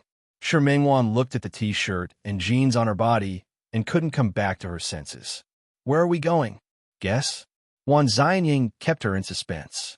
When he put on his suit and gown, he looked like a successful person. However, when he changed into jeans and a t-shirt, he looked a little unrestrained. What surprised Shi Mengwan even more was that he actually brought her to the snack stall behind the university town. When Shi Mengwan got out of the car, she thought that there was something wrong with her eyes. I guess you haven't been here for a long time, right?" Shi Mengwan nodded. It had indeed been a long time since she came. She used to come with Su Qingsang. However, Su Qingsang was very busy. A medical student couldn't be compared to a fashion design major like her. She had to take a lot of exams. Even when she wasn't rushing for her thesis, she still had a lot of things to do. However, they still came here a lot of times. Shi Mengwan smelled the familiar smell in the air and really missed it. "Let's go. I heard that the oyster omelet at the first stall is especially delicious. You even know this?" Shi Mengwan was even more surprised now. Wan Xianying smiled very proudly. "Of course, I did my homework." He brought Shi Mengwan to the stall inside. Shi Mengwan looked at the familiar stalls on both sides. It had to be said that her background made her feel that this kind of environment was more suitable for her. Those banquets with toasts and fragrant clothes looked elegant, but in fact, she really didn't like it. Sure, Mengwan used to come here often, and Wan Xianying had also done his homework. The two of them picked some delicious stalls and ate from the street. When Sure Mengwan ate to the end of the street, she felt a little full. I'm so full. Do you want to go for a walk to digest your food? Sure Mengwan looked at the time and shook her head. There's no need, right? It's very late. I still have to work tomorrow. That's a pity. Wan Xianying sighed. I still wanted to spend more time with you today. After all, I'm leaving tomorrow. Seeing that Sure Mengwan didn't feel any reluctance to part with him, Wan Xianying clicked his tongue. You're so cold. I've said so much. Can't you pretend that you can't bear to part with me? Sure Mengwan couldn't pretend. Wan Xianying, actually, you're a very good person, but stop. Wan Xianying stopped her. As for me, I don't think I'm a good person, so I don't need you to give me a good person card. Sure Mengwan smiled. Well, then you're not a good person, but I am, so we're not suitable. Mengwan, you really know how to hurt me.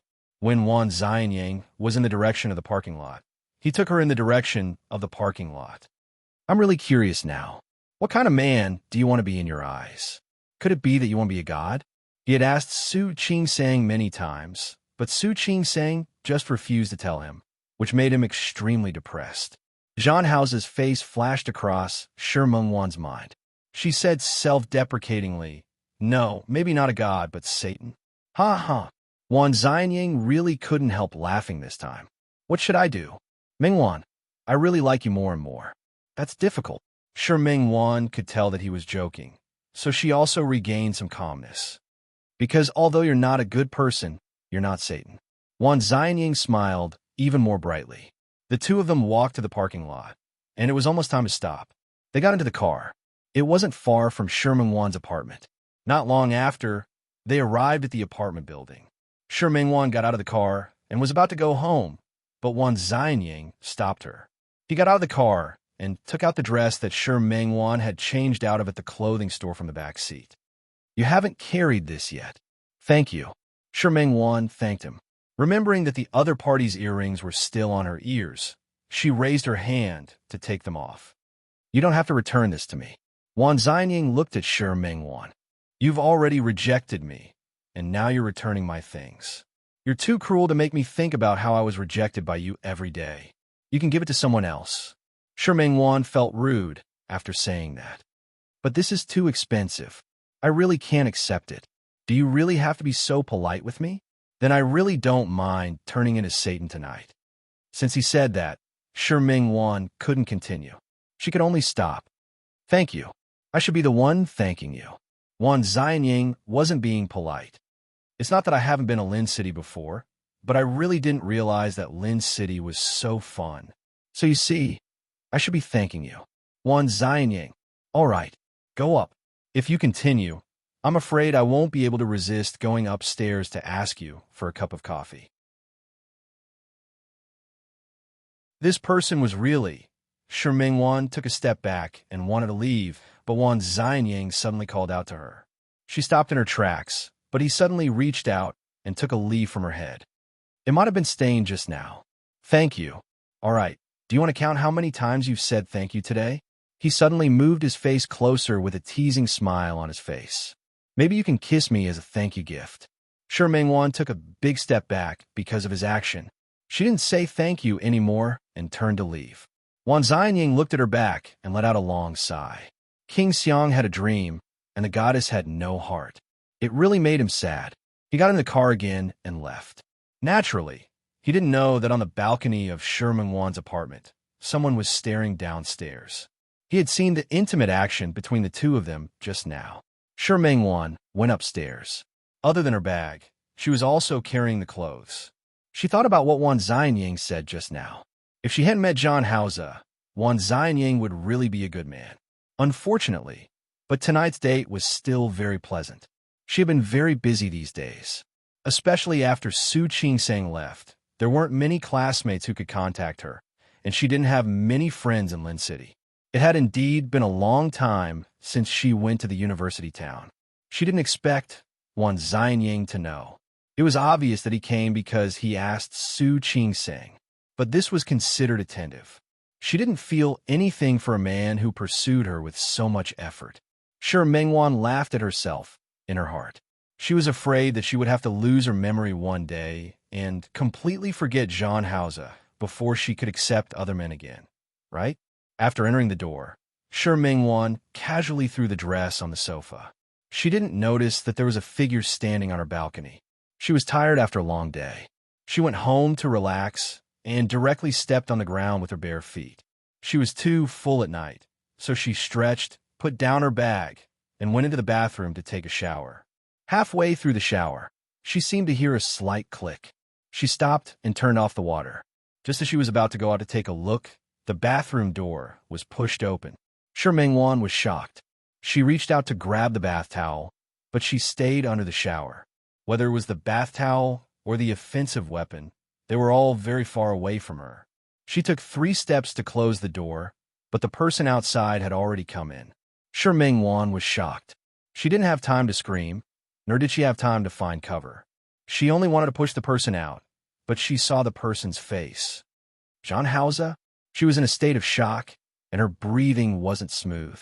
If it weren't for her strong willpower, she might not have been able to control her emotions. She looked at Zhang Haoze, and Zhang Haoze was also looking at her. She was covered in water, and her long hair was wet and draped over her head. Because she had been taking a shower just now, her fair skin was extremely beautiful crimson. He was wearing the suit he had worn at the banquet. It took Shi Mingwan nearly a minute to recover from the frightening environment. She looked at Zhang Haoze, her eyes full of wariness. Why are you here? Get out." Zhang Haoze didn't leave. Instead, he took a step forward. As he moved forward, Shi Mingwan retreated. However, she had just taken a shower, and the ground was covered in water. It was very slippery. She retreated in a hurry, and her feet were unsteady. Her body lost its balance, and she fell backwards. Zhang Haoze quickly supported her waist. Before she could stand firmly, her body was already in his arms. The water droplets on her body wet Zhang Haoze's suit. Shi Mingwan placed her hands on his chest, wanting him to let go of her. Zhang Haoze easily lifted her body and tilted his head. He didn't care that her face and body were covered in water, and kissed her lips just like that. Shi Mingwan's eyes widened, and she quickly struggled. However, it was useless. Zhang Haoze's strength was much greater than hers, and his kiss was extremely fierce. Shi Mingwan's mouth was in pain and numb from his kiss. She was furious, and she opened her mouth to bite back at his lips. Zhang Haoze stepped back so that she wouldn't succeed. He lowered his head and bit her neck hard. Shi Mingwan was in pain. She wanted to push Zhang Haoze away, but he didn't let go. His teeth went deep into her flesh. Shi Mingwan's tears were about to fall. Zhang Haoze let go of her mouth at this moment, but he didn't let go of her. He lifted her body again and pressed it against the wall at the side. Shi Mingwan's back hit the wall, and the cold tiles made her feel cold. Zhang Haoze's arms in front of her were also cold because of the water. She shrunk her body and glared at him hatefully. "Are you crazy?" Zhang Haoze stared at the teeth mark on her shoulder. His slender fingers stroked it and pressed hard. "Tell me, where did he touch you?" Shi Mingwan didn't understand what Zhang Haoze meant at first. Zhang Haoze firmly fixed her body against the wall, lowered his head, and bit her cheek. It wasn't heavy, but it hurt. "Zhang Haoze, tell me, where did he touch you?" He saw that Shi Mingwan had already changed her clothes when she came back, and the first thing she did when she came back was to take a shower. He also saw that when they were downstairs, that damned Xianying was kissing and hugging Shi Mingwan. The reason why he thought so was purely because of the angle. He wanted to go crazy, but Shi Mingwan didn't intend to go crazy with him. "Crazy, let go of me. You're not going to tell me." Zhang Haoze nodded and pulled away her hand that had been covering his chest. "Then I'll check it myself. Are you crazy?" How could Shi Mingwan let him check? She struggled even more. "Zhang Haoze, let go of me. Why do you have to do this to me?" Jean Hausa acted as if he didn't hear her. He stubbornly checked her body. First her cheek, then her lips. He had already kissed her just now. Now it was her arm. He lifted her arm and checked it one by one. When he saw a red mark on it, he pinched it. What is this? Crazy. Shi Mengwan refused to answer his question. Jean Hausa narrowed his eyes and lowered his head to make a mark on her arm, covering up her original mark. His movements are definitely not gentle. Shi Mengwan wanted to pull her hand back, but she wasn't his match at all. He changed her arm and didn't find a mark he thought he was looking for. He seemed to be a little disappointed. He wanted to check her body again. In order to wear a gown today, she didn't wear traditional underwear. Instead, she used a bra scarf. If she wore that, it would naturally leave some marks. That circle of red almost hurt Jean Hausa's eyes. Shi Mengwan felt that he was really crazy. She felt pain and pushed him with all her might. She even reached out to hit his back, but it was useless. Jean Hausa didn't care about her ticklish strength at all. He was extremely stubborn. The water on Shi Mengwan's body quickly dried up, but the examination wasn't over so easily. She was like Jane Doe on a cross. Not only couldn't she escape, but she also had to let him examine her like this. She felt humiliated, but she couldn't break free. She couldn't get rid of him. After he carefully examined every inch of her body, he didn't seem to be satisfied. In the end, his examination changed. When her body was split open by him, her eyes were filled with tears as she glared at Jean Hausa. "You're raping me." "Rape?" Jean Hausa sneered. He lifted her body up and put it down heavily. "If you say so, then so be it." He leaned close to her ear and bit her earlobe. He said word by word, "You dare to let that man touch you. I'm already being polite by not killing him." "Crazy." Shi Mengwan gritted her teeth. "Jean Hausa, you bastard." Changed some new words. He increased his strength, and his breathing became heavier. "Otherwise, I'll treat this as a love interest." Unable to win against him, Shi Mengwan closed her eyes and turned her face helplessly.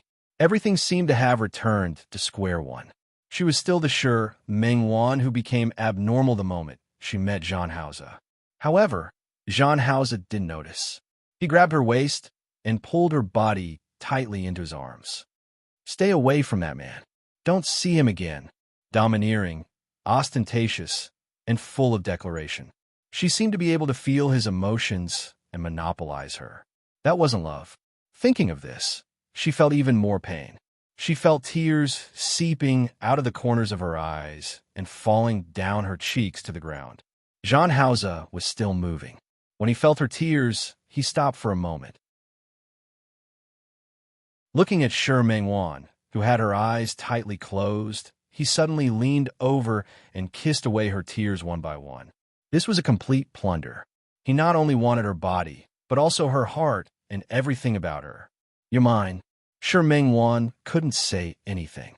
She wanted to say that she didn't belong to anyone. She belonged to herself. But she couldn't open her mouth anymore. Jean Hausa didn't need her to speak. He lowered his head and kept repeating that sentence in her ear. With his movements, he was bound to make her remember it.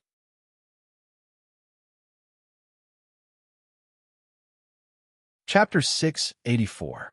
Shi Mengwan had been living with Qiao Zhe for more than a year. Ever since the last time she saw Qiao Zhe fight with someone, she had never seen Qiao Zhe fight with someone again.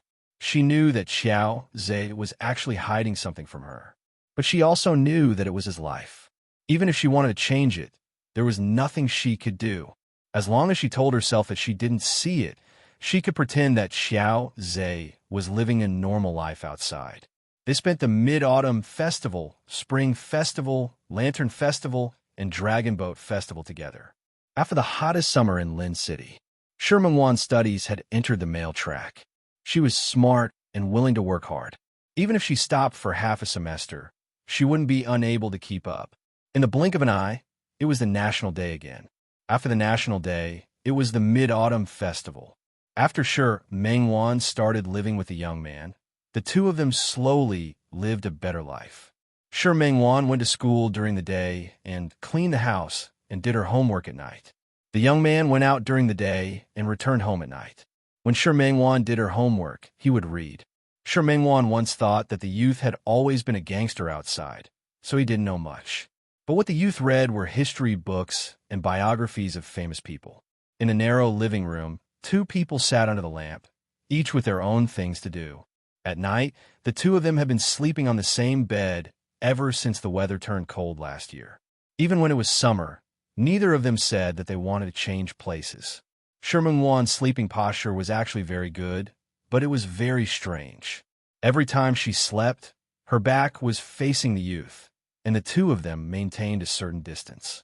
But when she woke up in the morning, she would definitely be in the young man's arms. The young man put his hand on her shoulder and circled her in his arms, forming a protective posture. At first, Shi Mingwan would feel awkward and embarrassed, but as time passed, she no longer felt embarrassed, especially after a stormy night. That day, the weather was especially bad, with thunder rumbling. The thunder was accompanied by lightning, plunging the entire Lin city into darkness. In the middle of the night, the electricity went out. Shi Mingwan was afraid. She subconsciously sought the young man's embrace. The young man held her in his arms and covered her ears with his hands. "Sleep, I'm here. Big brother. I'll stay with you." The young man's voice, which had gone through puberty, was a little hoarse. "Don't be afraid." She pressed her face against the young man's chest. For a moment, his heart beat louder than the thunder outside. That steady and powerful heartbeat, beat after beat, made her completely forget the fear and terror in her heart. He had the power to calm people, and she liked being close to him like this. From then on, Shi Mingwan no longer turned her back to the youth to sleep. Imperceptibly, the relationship between the two became even closer. It was almost a national day, and Shi Mingwan's school was going to give her a 7-day holiday. She wondered if she could go out with Xiao Zhe for 2 days.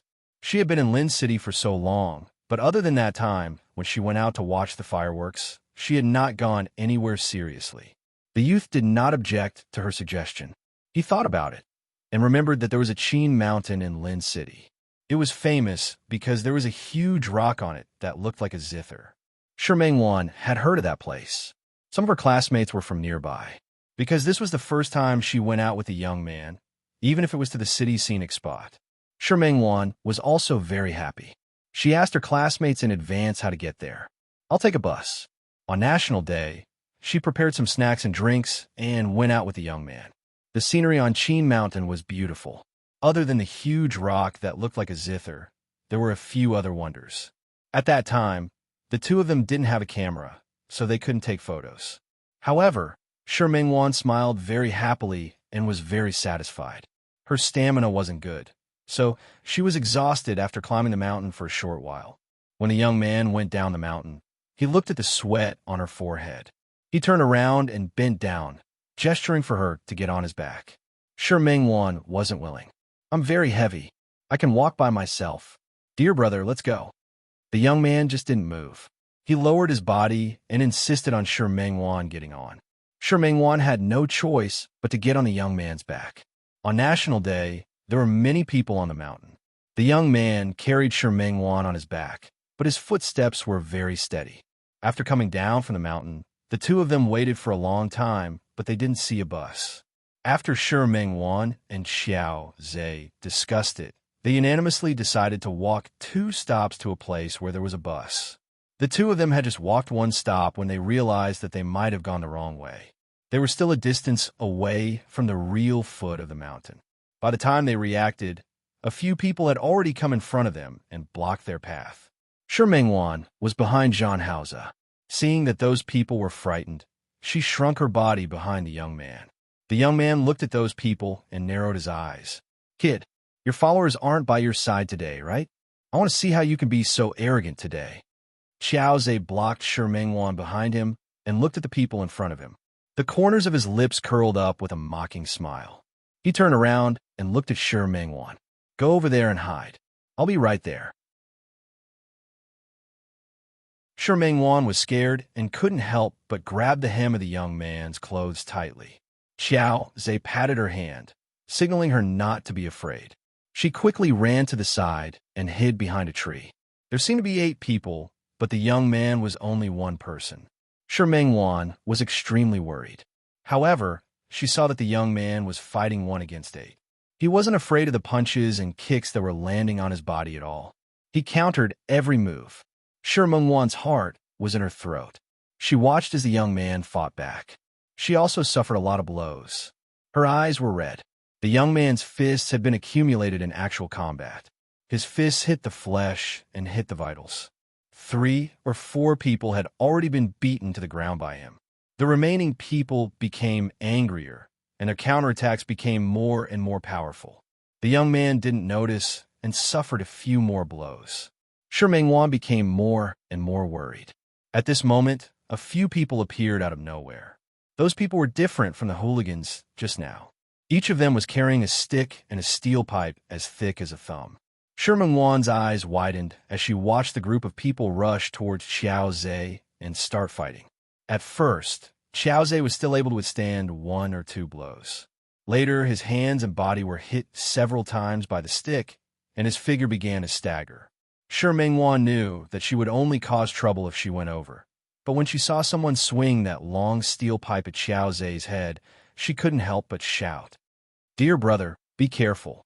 Her shout made Xiao Zhe avoid that blow. However, it also made other people notice her direction. Soon, a few hooligans rushed towards her. Xiao Zhe was anxious. Without thinking, he ran in her direction, but there were too many people on the other side. They surrounded him, and he couldn't come over for a while. Shi Mengwan casually picked up the stones on the ground and threw the stones at them when they rushed towards her.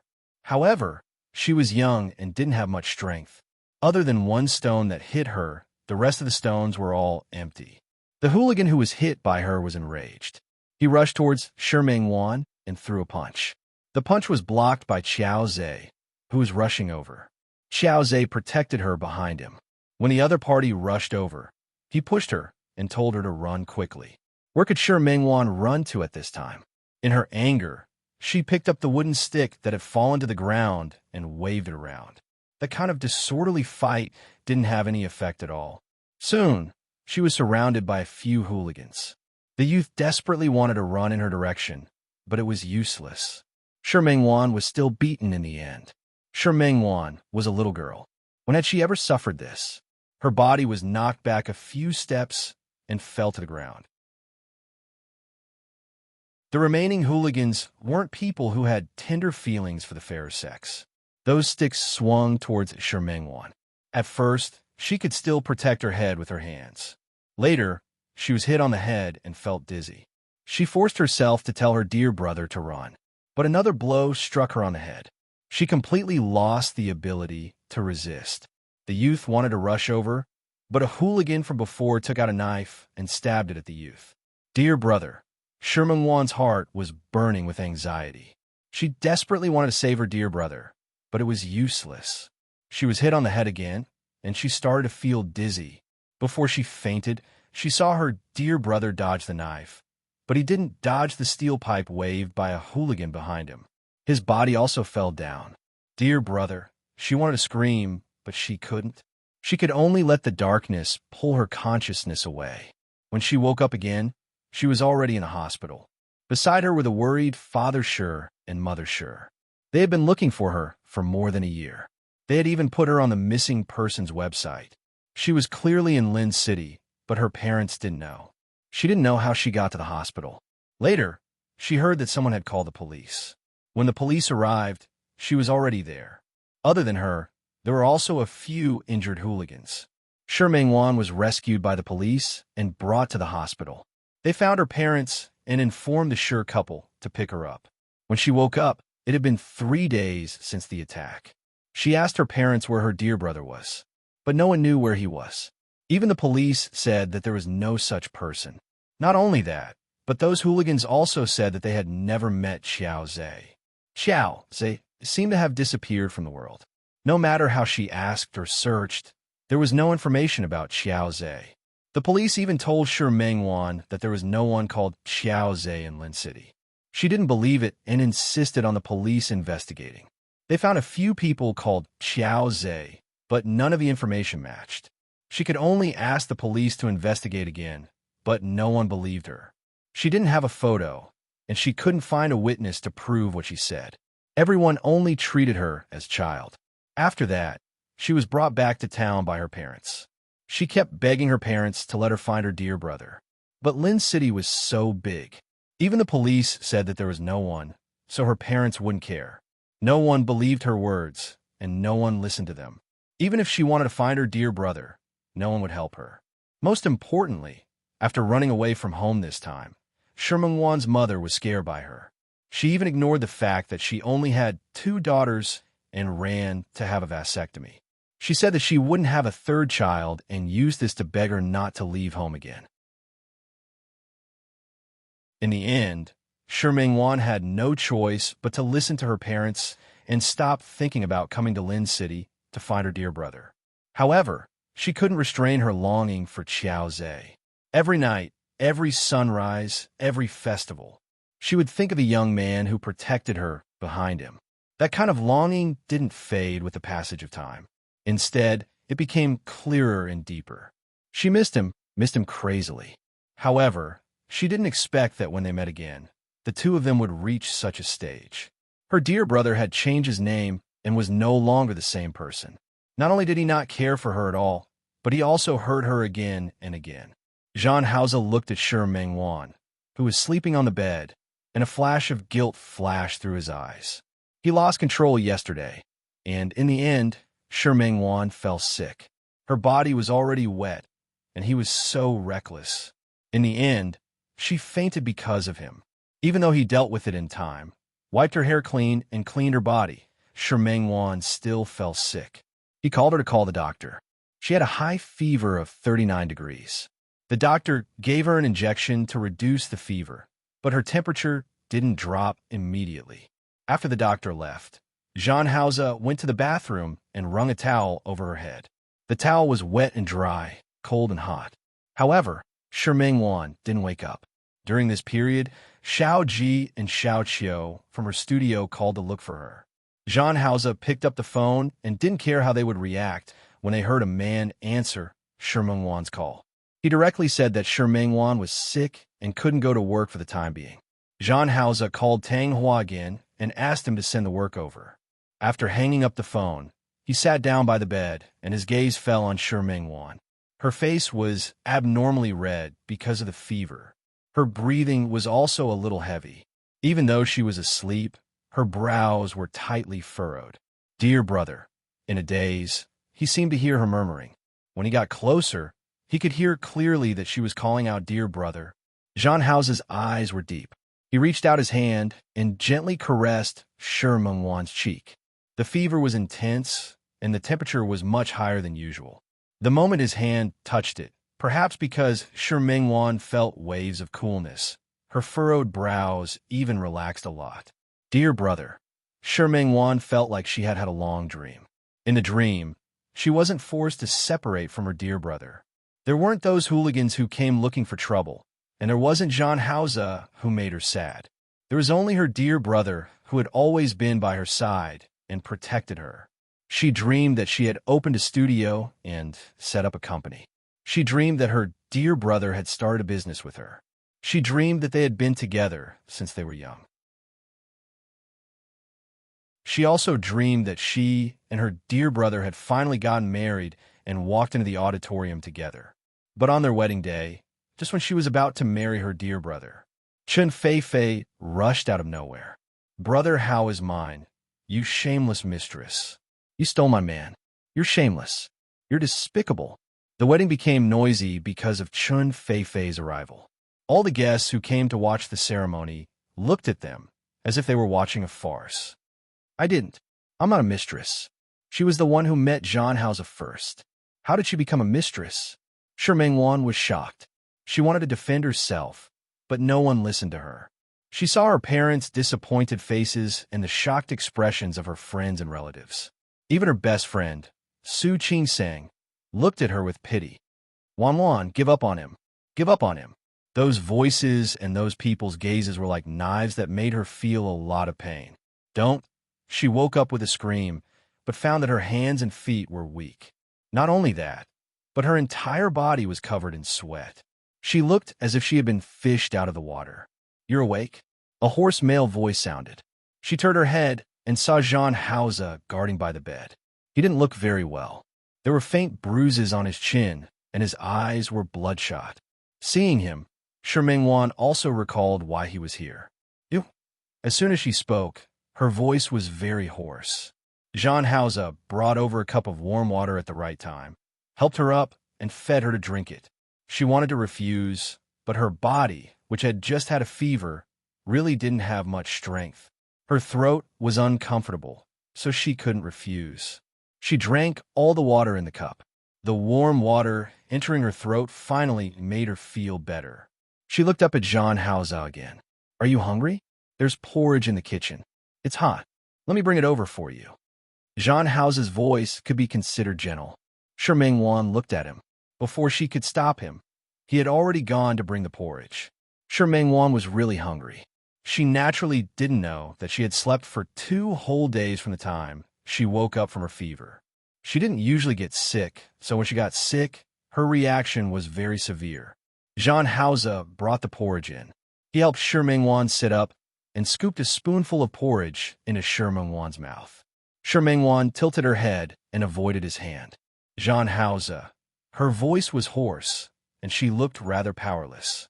"Why haven't you left yet? Eat the porridge first."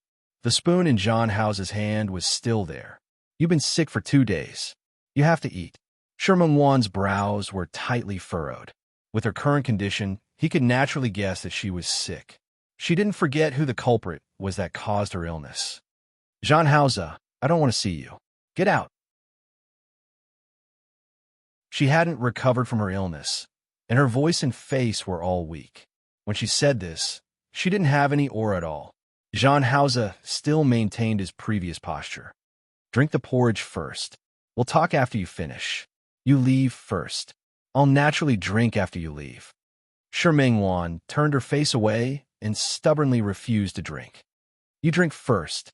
I'll naturally leave after you finish." Jean Hauser's words made Sherming-Wan angry.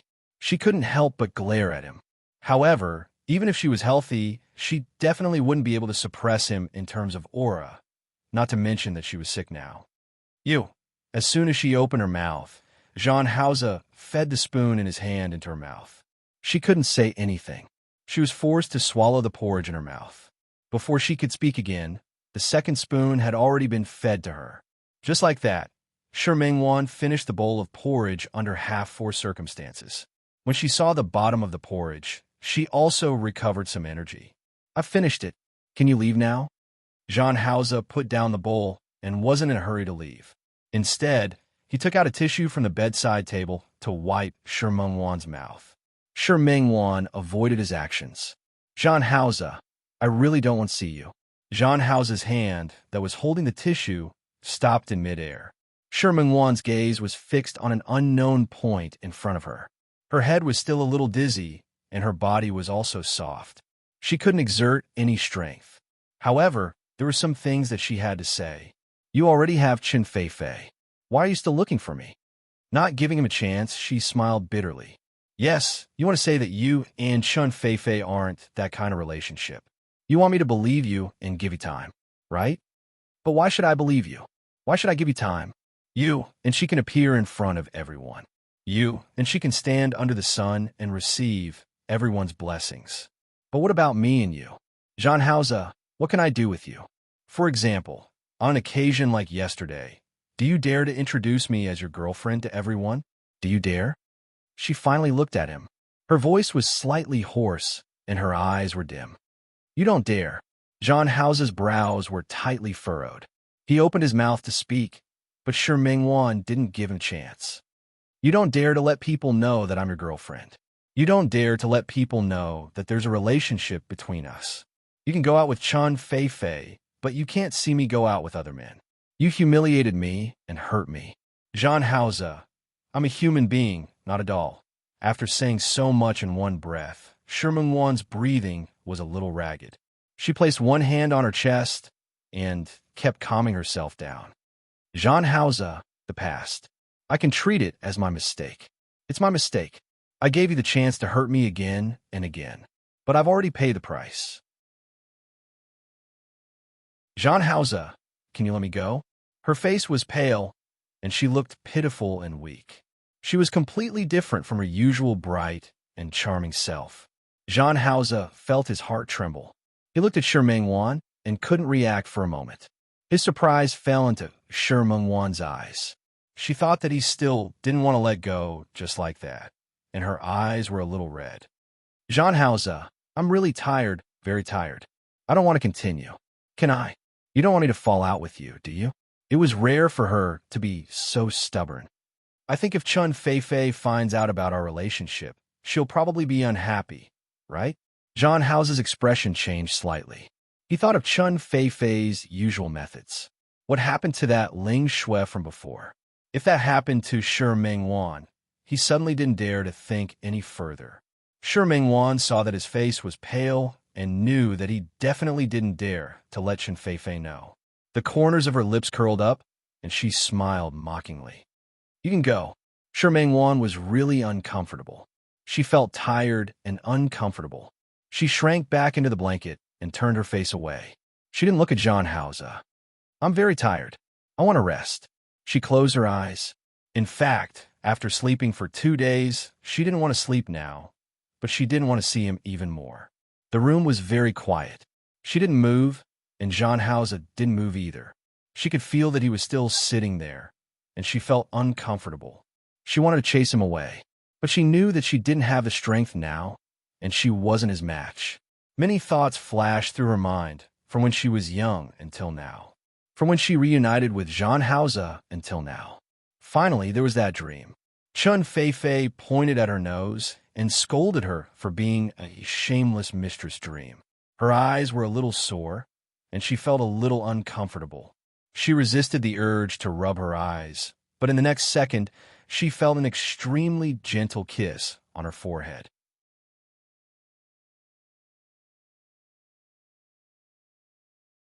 Chapter 685. Her body immediately stiffened to the extreme, and she didn't dare to move at all. How could someone like Jean Hausa say something like sorry? For a moment, she thought there was something wrong with her ears. How was that possible? She must have heard wrongly. It must have been. While her thoughts were running wild, her hand was wrapped by a thick and warm palm. The kiss that was as soft as a feather fell again. This time, it fell on her eyelids. I'm sorry.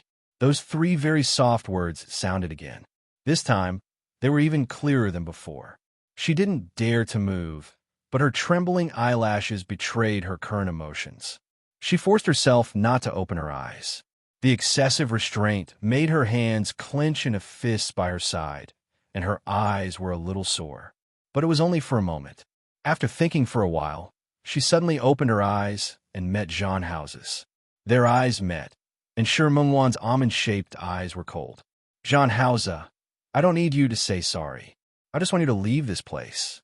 Her voice was very soft, but her gaze was very firm. She really didn't want to continue being entangled with him like this. Wan, you can go. Shi Mengwan said those 3 extremely calm words. Half of it was because she was sick, and the other half was because she was tired. She should have ended this entanglement long ago. It was just that she really missed it too much, and she was too greedy for the warmth and care that her dear brother had brought her. Jean Hausa didn't answer her. He pulled the blanket higher for her. You're still sick. Rest first. Jean Hausa, don't you understand? Shi Mengwan looked at him with a look of resistance. With you here, I can't rest well at all. Jean Hausa's brows furrowed again. Just as he was about to speak, his phone rang. He picked it up without thinking much. Shi Mengwan was so sick that she was in a daze. She didn't react at first when she heard the familiar ringtone. It wasn't until the word auntie rang in her ears that her eyes widened like thunder. She wanted to sit up, but Jean Hausa was already talking to Mother Shi on the other end of the phone. Auntie? Hello. Shi Mengwan almost didn't dare to imagine her mother's reaction on the other end of the phone. Jean Hausa. She lowered her voice and gestured for Jean Hausa to return the phone to her. I'm Jean Hausa, Wan's boyfriend. Jean Hausa looked in her eyes and said firmly. Shi Mengwan covered her eyes with one hand. She's still sleeping. Yeah, I caught a cold when I came back yesterday. Jean Hauser had been answering Shi Mengwan's calls for the past few days. It was just that she didn't have many phone calls. Previously, Xiao Ji had called because she had called too many times. Jean Hauser knew that it was a call from the studio, so he answered it for her. Shi Mengwan originally thought that she could escape for a while, but Jean Hauser's words made her fall into great despair. Yes, it's my fault. I didn't take good care of her. Shi Mengwan raised her head and glared at Jean Hauser. She hated his shameless behavior to the extreme. Should I ask her to answer the phone? All right, I'll ask her to call you back when she wakes up. He didn't know what Mother Shi said on the other end of the phone. Jean Hauser glanced at Shi Mengwan. Okay, this weekend, right? I will definitely pay them a visit. Jean Hauser, Shi Mengwan's lips moved, and she almost screamed. She was shocked by Jean Hauser's shamelessness. She even forgot about his self-introduction. He said he was her boyfriend? Shi Mengwan didn't have time to think about Jean Hauser's words. She was already shocked by his next words. Thank you, Auntie. Don't worry. I'll bring Wanwan back with me. Okay. Goodbye. As soon as Jean Hauser hung up, Shi Mengwan ignored her weak body from just being sick and suddenly went forward to grab it. She glared at him. Her body was still weak, but she raised her hand and pointed at the tip of his nose. You, who allowed you to agree? This was too much, really too much. She was so angry that she didn't expect Jean Hauser to do this. Compared to her anger, Jean Hauser was much calmer. Auntie said that she asked me to bring you home this weekend. I don't want to. Shi Mengwan didn't want her parents or family to know about her relationship with Jean Hauser at all. Jean Hauser, get out. If you want to go back, go back. I won't go home with you. Not only would she not go home with him, but she even wanted to beat him up now. I'll go back. Jean Hauser nodded and didn't seem to object. All right, then I'll choose a time to visit Annie and Uncle. Jean Hauser. Shi Mengwan threw her phone to the side and reached out to grab Jean Hauser's sleeve. What exactly do you want? Didn't I say? Accompany you home to meet your parents? Meet my parents? In what capacity? Your boyfriend? Shi Mengwan nodded. My boyfriend? Are you sure? Yes. There was nothing to be uncertain about. You're my boyfriend. Who is Chen Feifei to you? Jean Hauser's expression didn't change, but a complicated look flashed across his eyes. She's nothing. Nothing at all. Isn't she your legitimate fiancée? I'm not engaged to her. That was just a one-sided agreement between Chen Yongchang and Chen Feifei. He didn't agree. If he could, he even wanted to pull out and retreat. But now wasn't the time. Shi Mengwan smiled, but that smile didn't reach her eyes. Ordinary people change their hearts, but they say that the hearts of old friends change easily. For the first time, she didn't refute his words, but the meaning revealed in it was enough. Jean Hauser looked at her and reached out to hold her hand, but she avoided it. You go, Wanwan. Jean Hauser wasn't angry at her attitude. If I leave, who will accompany you home? Shi Mengwan chuckled. She didn't seem surprised by his question at all. I don't need you to accompany me. I'll tell my mother that we broke up. Jean Hauser's face darkened because of her words. He didn't speak and just looked at her. It was rare for Shi Mengwan not to back down. She just looked at him. Their gazes met in the air, and neither of them was willing to back down. Shi Mengwan swallowed her saliva and forced herself to calm down. Jean Hauser, you said you wanted to accompany me home. You said you wanted to accompany me to see my family. Do you know what it means for you to go home with me? Shi Mengwan's voice was a little hoarse. Her head was still a little dizzy, and her body was also soft. She couldn't exert any strength. If you go home with me, it means that you're willing to separate our identities. It means that you're willing to marry me and marry me. Jean Hauser. She stared into his eyes, and the mockery on her lips was hard to hide. Are you sure? She didn't believe him at all. He knew.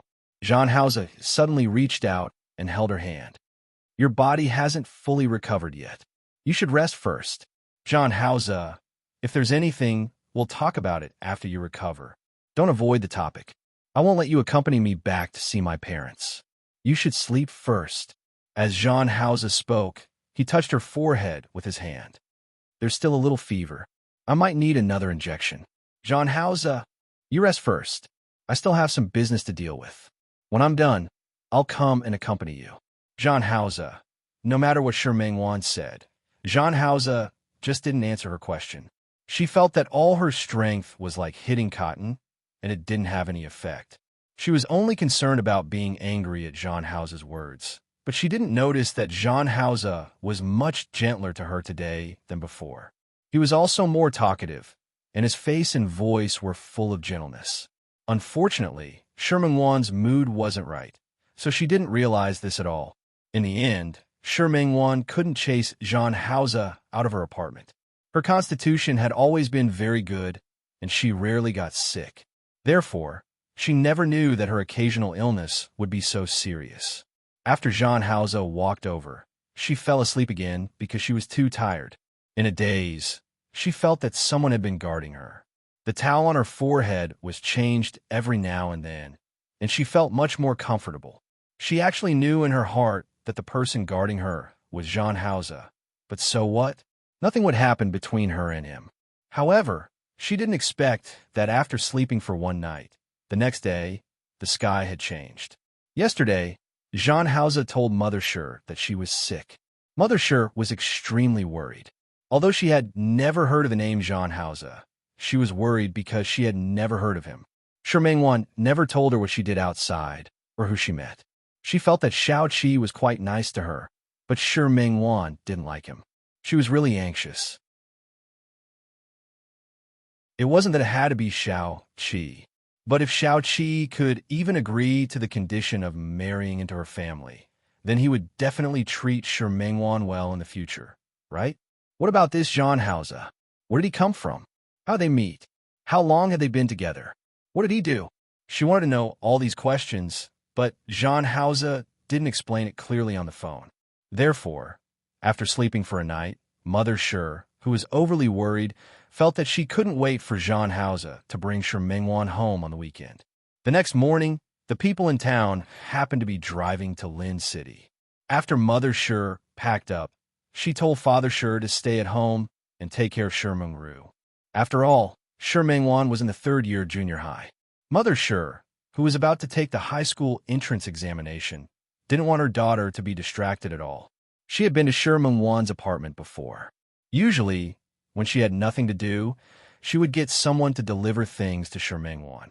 So she went straight to her door. When she came, Shi Mengwan had just woken up. Jean Hausa asked someone to cook porridge. Yesterday, it was plain porridge. Today, he asked someone to cook fish porridge. It was light and nutritious. It's still a little hot. Be careful. Jean Hausa brought the porridge to Shi Mengwan, but Shi Mengwan didn't appreciate it all. I'm not eating. Take it away. Shi Mengwan, who had slept for 2 days in a row, finally recovered a little. Although she still didn't have much strength, she could get out of bed. Get out. Wan. Jean Hausa placed the porridge on the bedside table. The expression on his face was rarely gentle, as if he was coaxing a child. You haven't recovered from your illness yet. Eating something light will help you recover. Shi Mengwan looked at Jean Hausa as if he was an alien. This Jean Hausa was completely different from what she remembered. She even wanted to ask him if he was possessed. Come, I'll feed you. As Jean Hausa spoke, he picked up the bowl of porridge and scooped a spoonful into her mouth. Shi Mengwan looked at him like this, but without thinking, she waved her hand. Jean Hausa wasn't prepared for Shi Mengwan's attack, and the porridge in his hand flew out. The bowl shattered, and the porridge splashed all over the ground. Some of it even splashed onto Jean Hausa's body. There was silence in the air. Shi Mengwan didn't expect herself to do such a thing, and she was stunned for a moment. However, she didn't feel that she had done anything wrong. If he had left earlier and not pretended to be affectionate here, she wouldn't have done such a thing. She thought so in her heart, but it was difficult for her to maintain her calm expression. She could only turn her face to the side and force herself not to look at him. Jean Hausa looked at Shi Mengwan like this. His gaze was deep, and his expression was a little complicated. His deep eyes couldn't tell what he was thinking for a moment. Shi Mengwan waited for a long time, but she didn't hear Jean Hausa leave in a huff. She couldn't help but quietly turn her face. Unexpectedly, Jean Hausa squatted down and picked up the fragments on the ground. Shi Mingwan was shocked again. She wanted to chase him away again, but she saw the obvious stains on his clothes. She lowered her head again, thinking about how to get rid of Jean Hausa and how to make him never bother her again. It was at this time that Mother Shi came. When it was a knock on the door, Shi Mingwan was shocked. Who would come to her place at this time? It couldn't be Su Qing-sang. She was in Lin City. Could it be Little Ji? Or could it be Tong Yin and Little Chiu? Shi Mingwan didn't want them to see Jean Hausa. She wanted to get out of bed in a hurry, but Jean Hausa pressed her body down. Don't move. There are fragments on the ground. Don't hurt your feet. Go away. Shi Mingwan couldn't sit still. I don't need you to care. Just because there were fragments here didn't mean there were fragments on the other side. Shi Mingwan stubbornly wanted to get out of bed, but Jean Hausa forcefully pressed her body down. Don't move. He glared at her. Her stubbornness really gave him a headache. If you don't want me to do anything to you, don't move. You're shameless. I'll go open the door. As Jean Hausa spoke, he stood up straight and walked out. You're not allowed to go. Shi Mingwan wanted to stop him, but her voice didn't have any momentum at all. Secondly, it was too late for her to stop him in this situation. When Jean Hausa saw Mother Shi standing at the door, he recognized her as Shi Mingwan's mother at a glance. Mother Shi was also a great beauty. He could see her demeanor when she was young. Most importantly, she looked somewhat similar to Shi Mingwan. Auntie, you're here? She didn't expect that the person who answered the phone would really be a man. This time, Mother Shi was a little stunned. Even though she had heard it once on the phone, it was another thing to see it with her own eyes. She stood at the door and forgot to enter. She just looked at Jean Hausa. Why are you here? Where's my daughter? That you're tuning in to the Romance Rendezvous YouTube channel. We're so grateful for your support, and don't forget to subscribe to join us on this incredible journey through captivating stories. Your generosity through donations truly makes a world of difference, as it's the primary source of revenue that allows me to expand and enhance this channel for you. Thank you from the bottom of my heart for being a part of this adventure.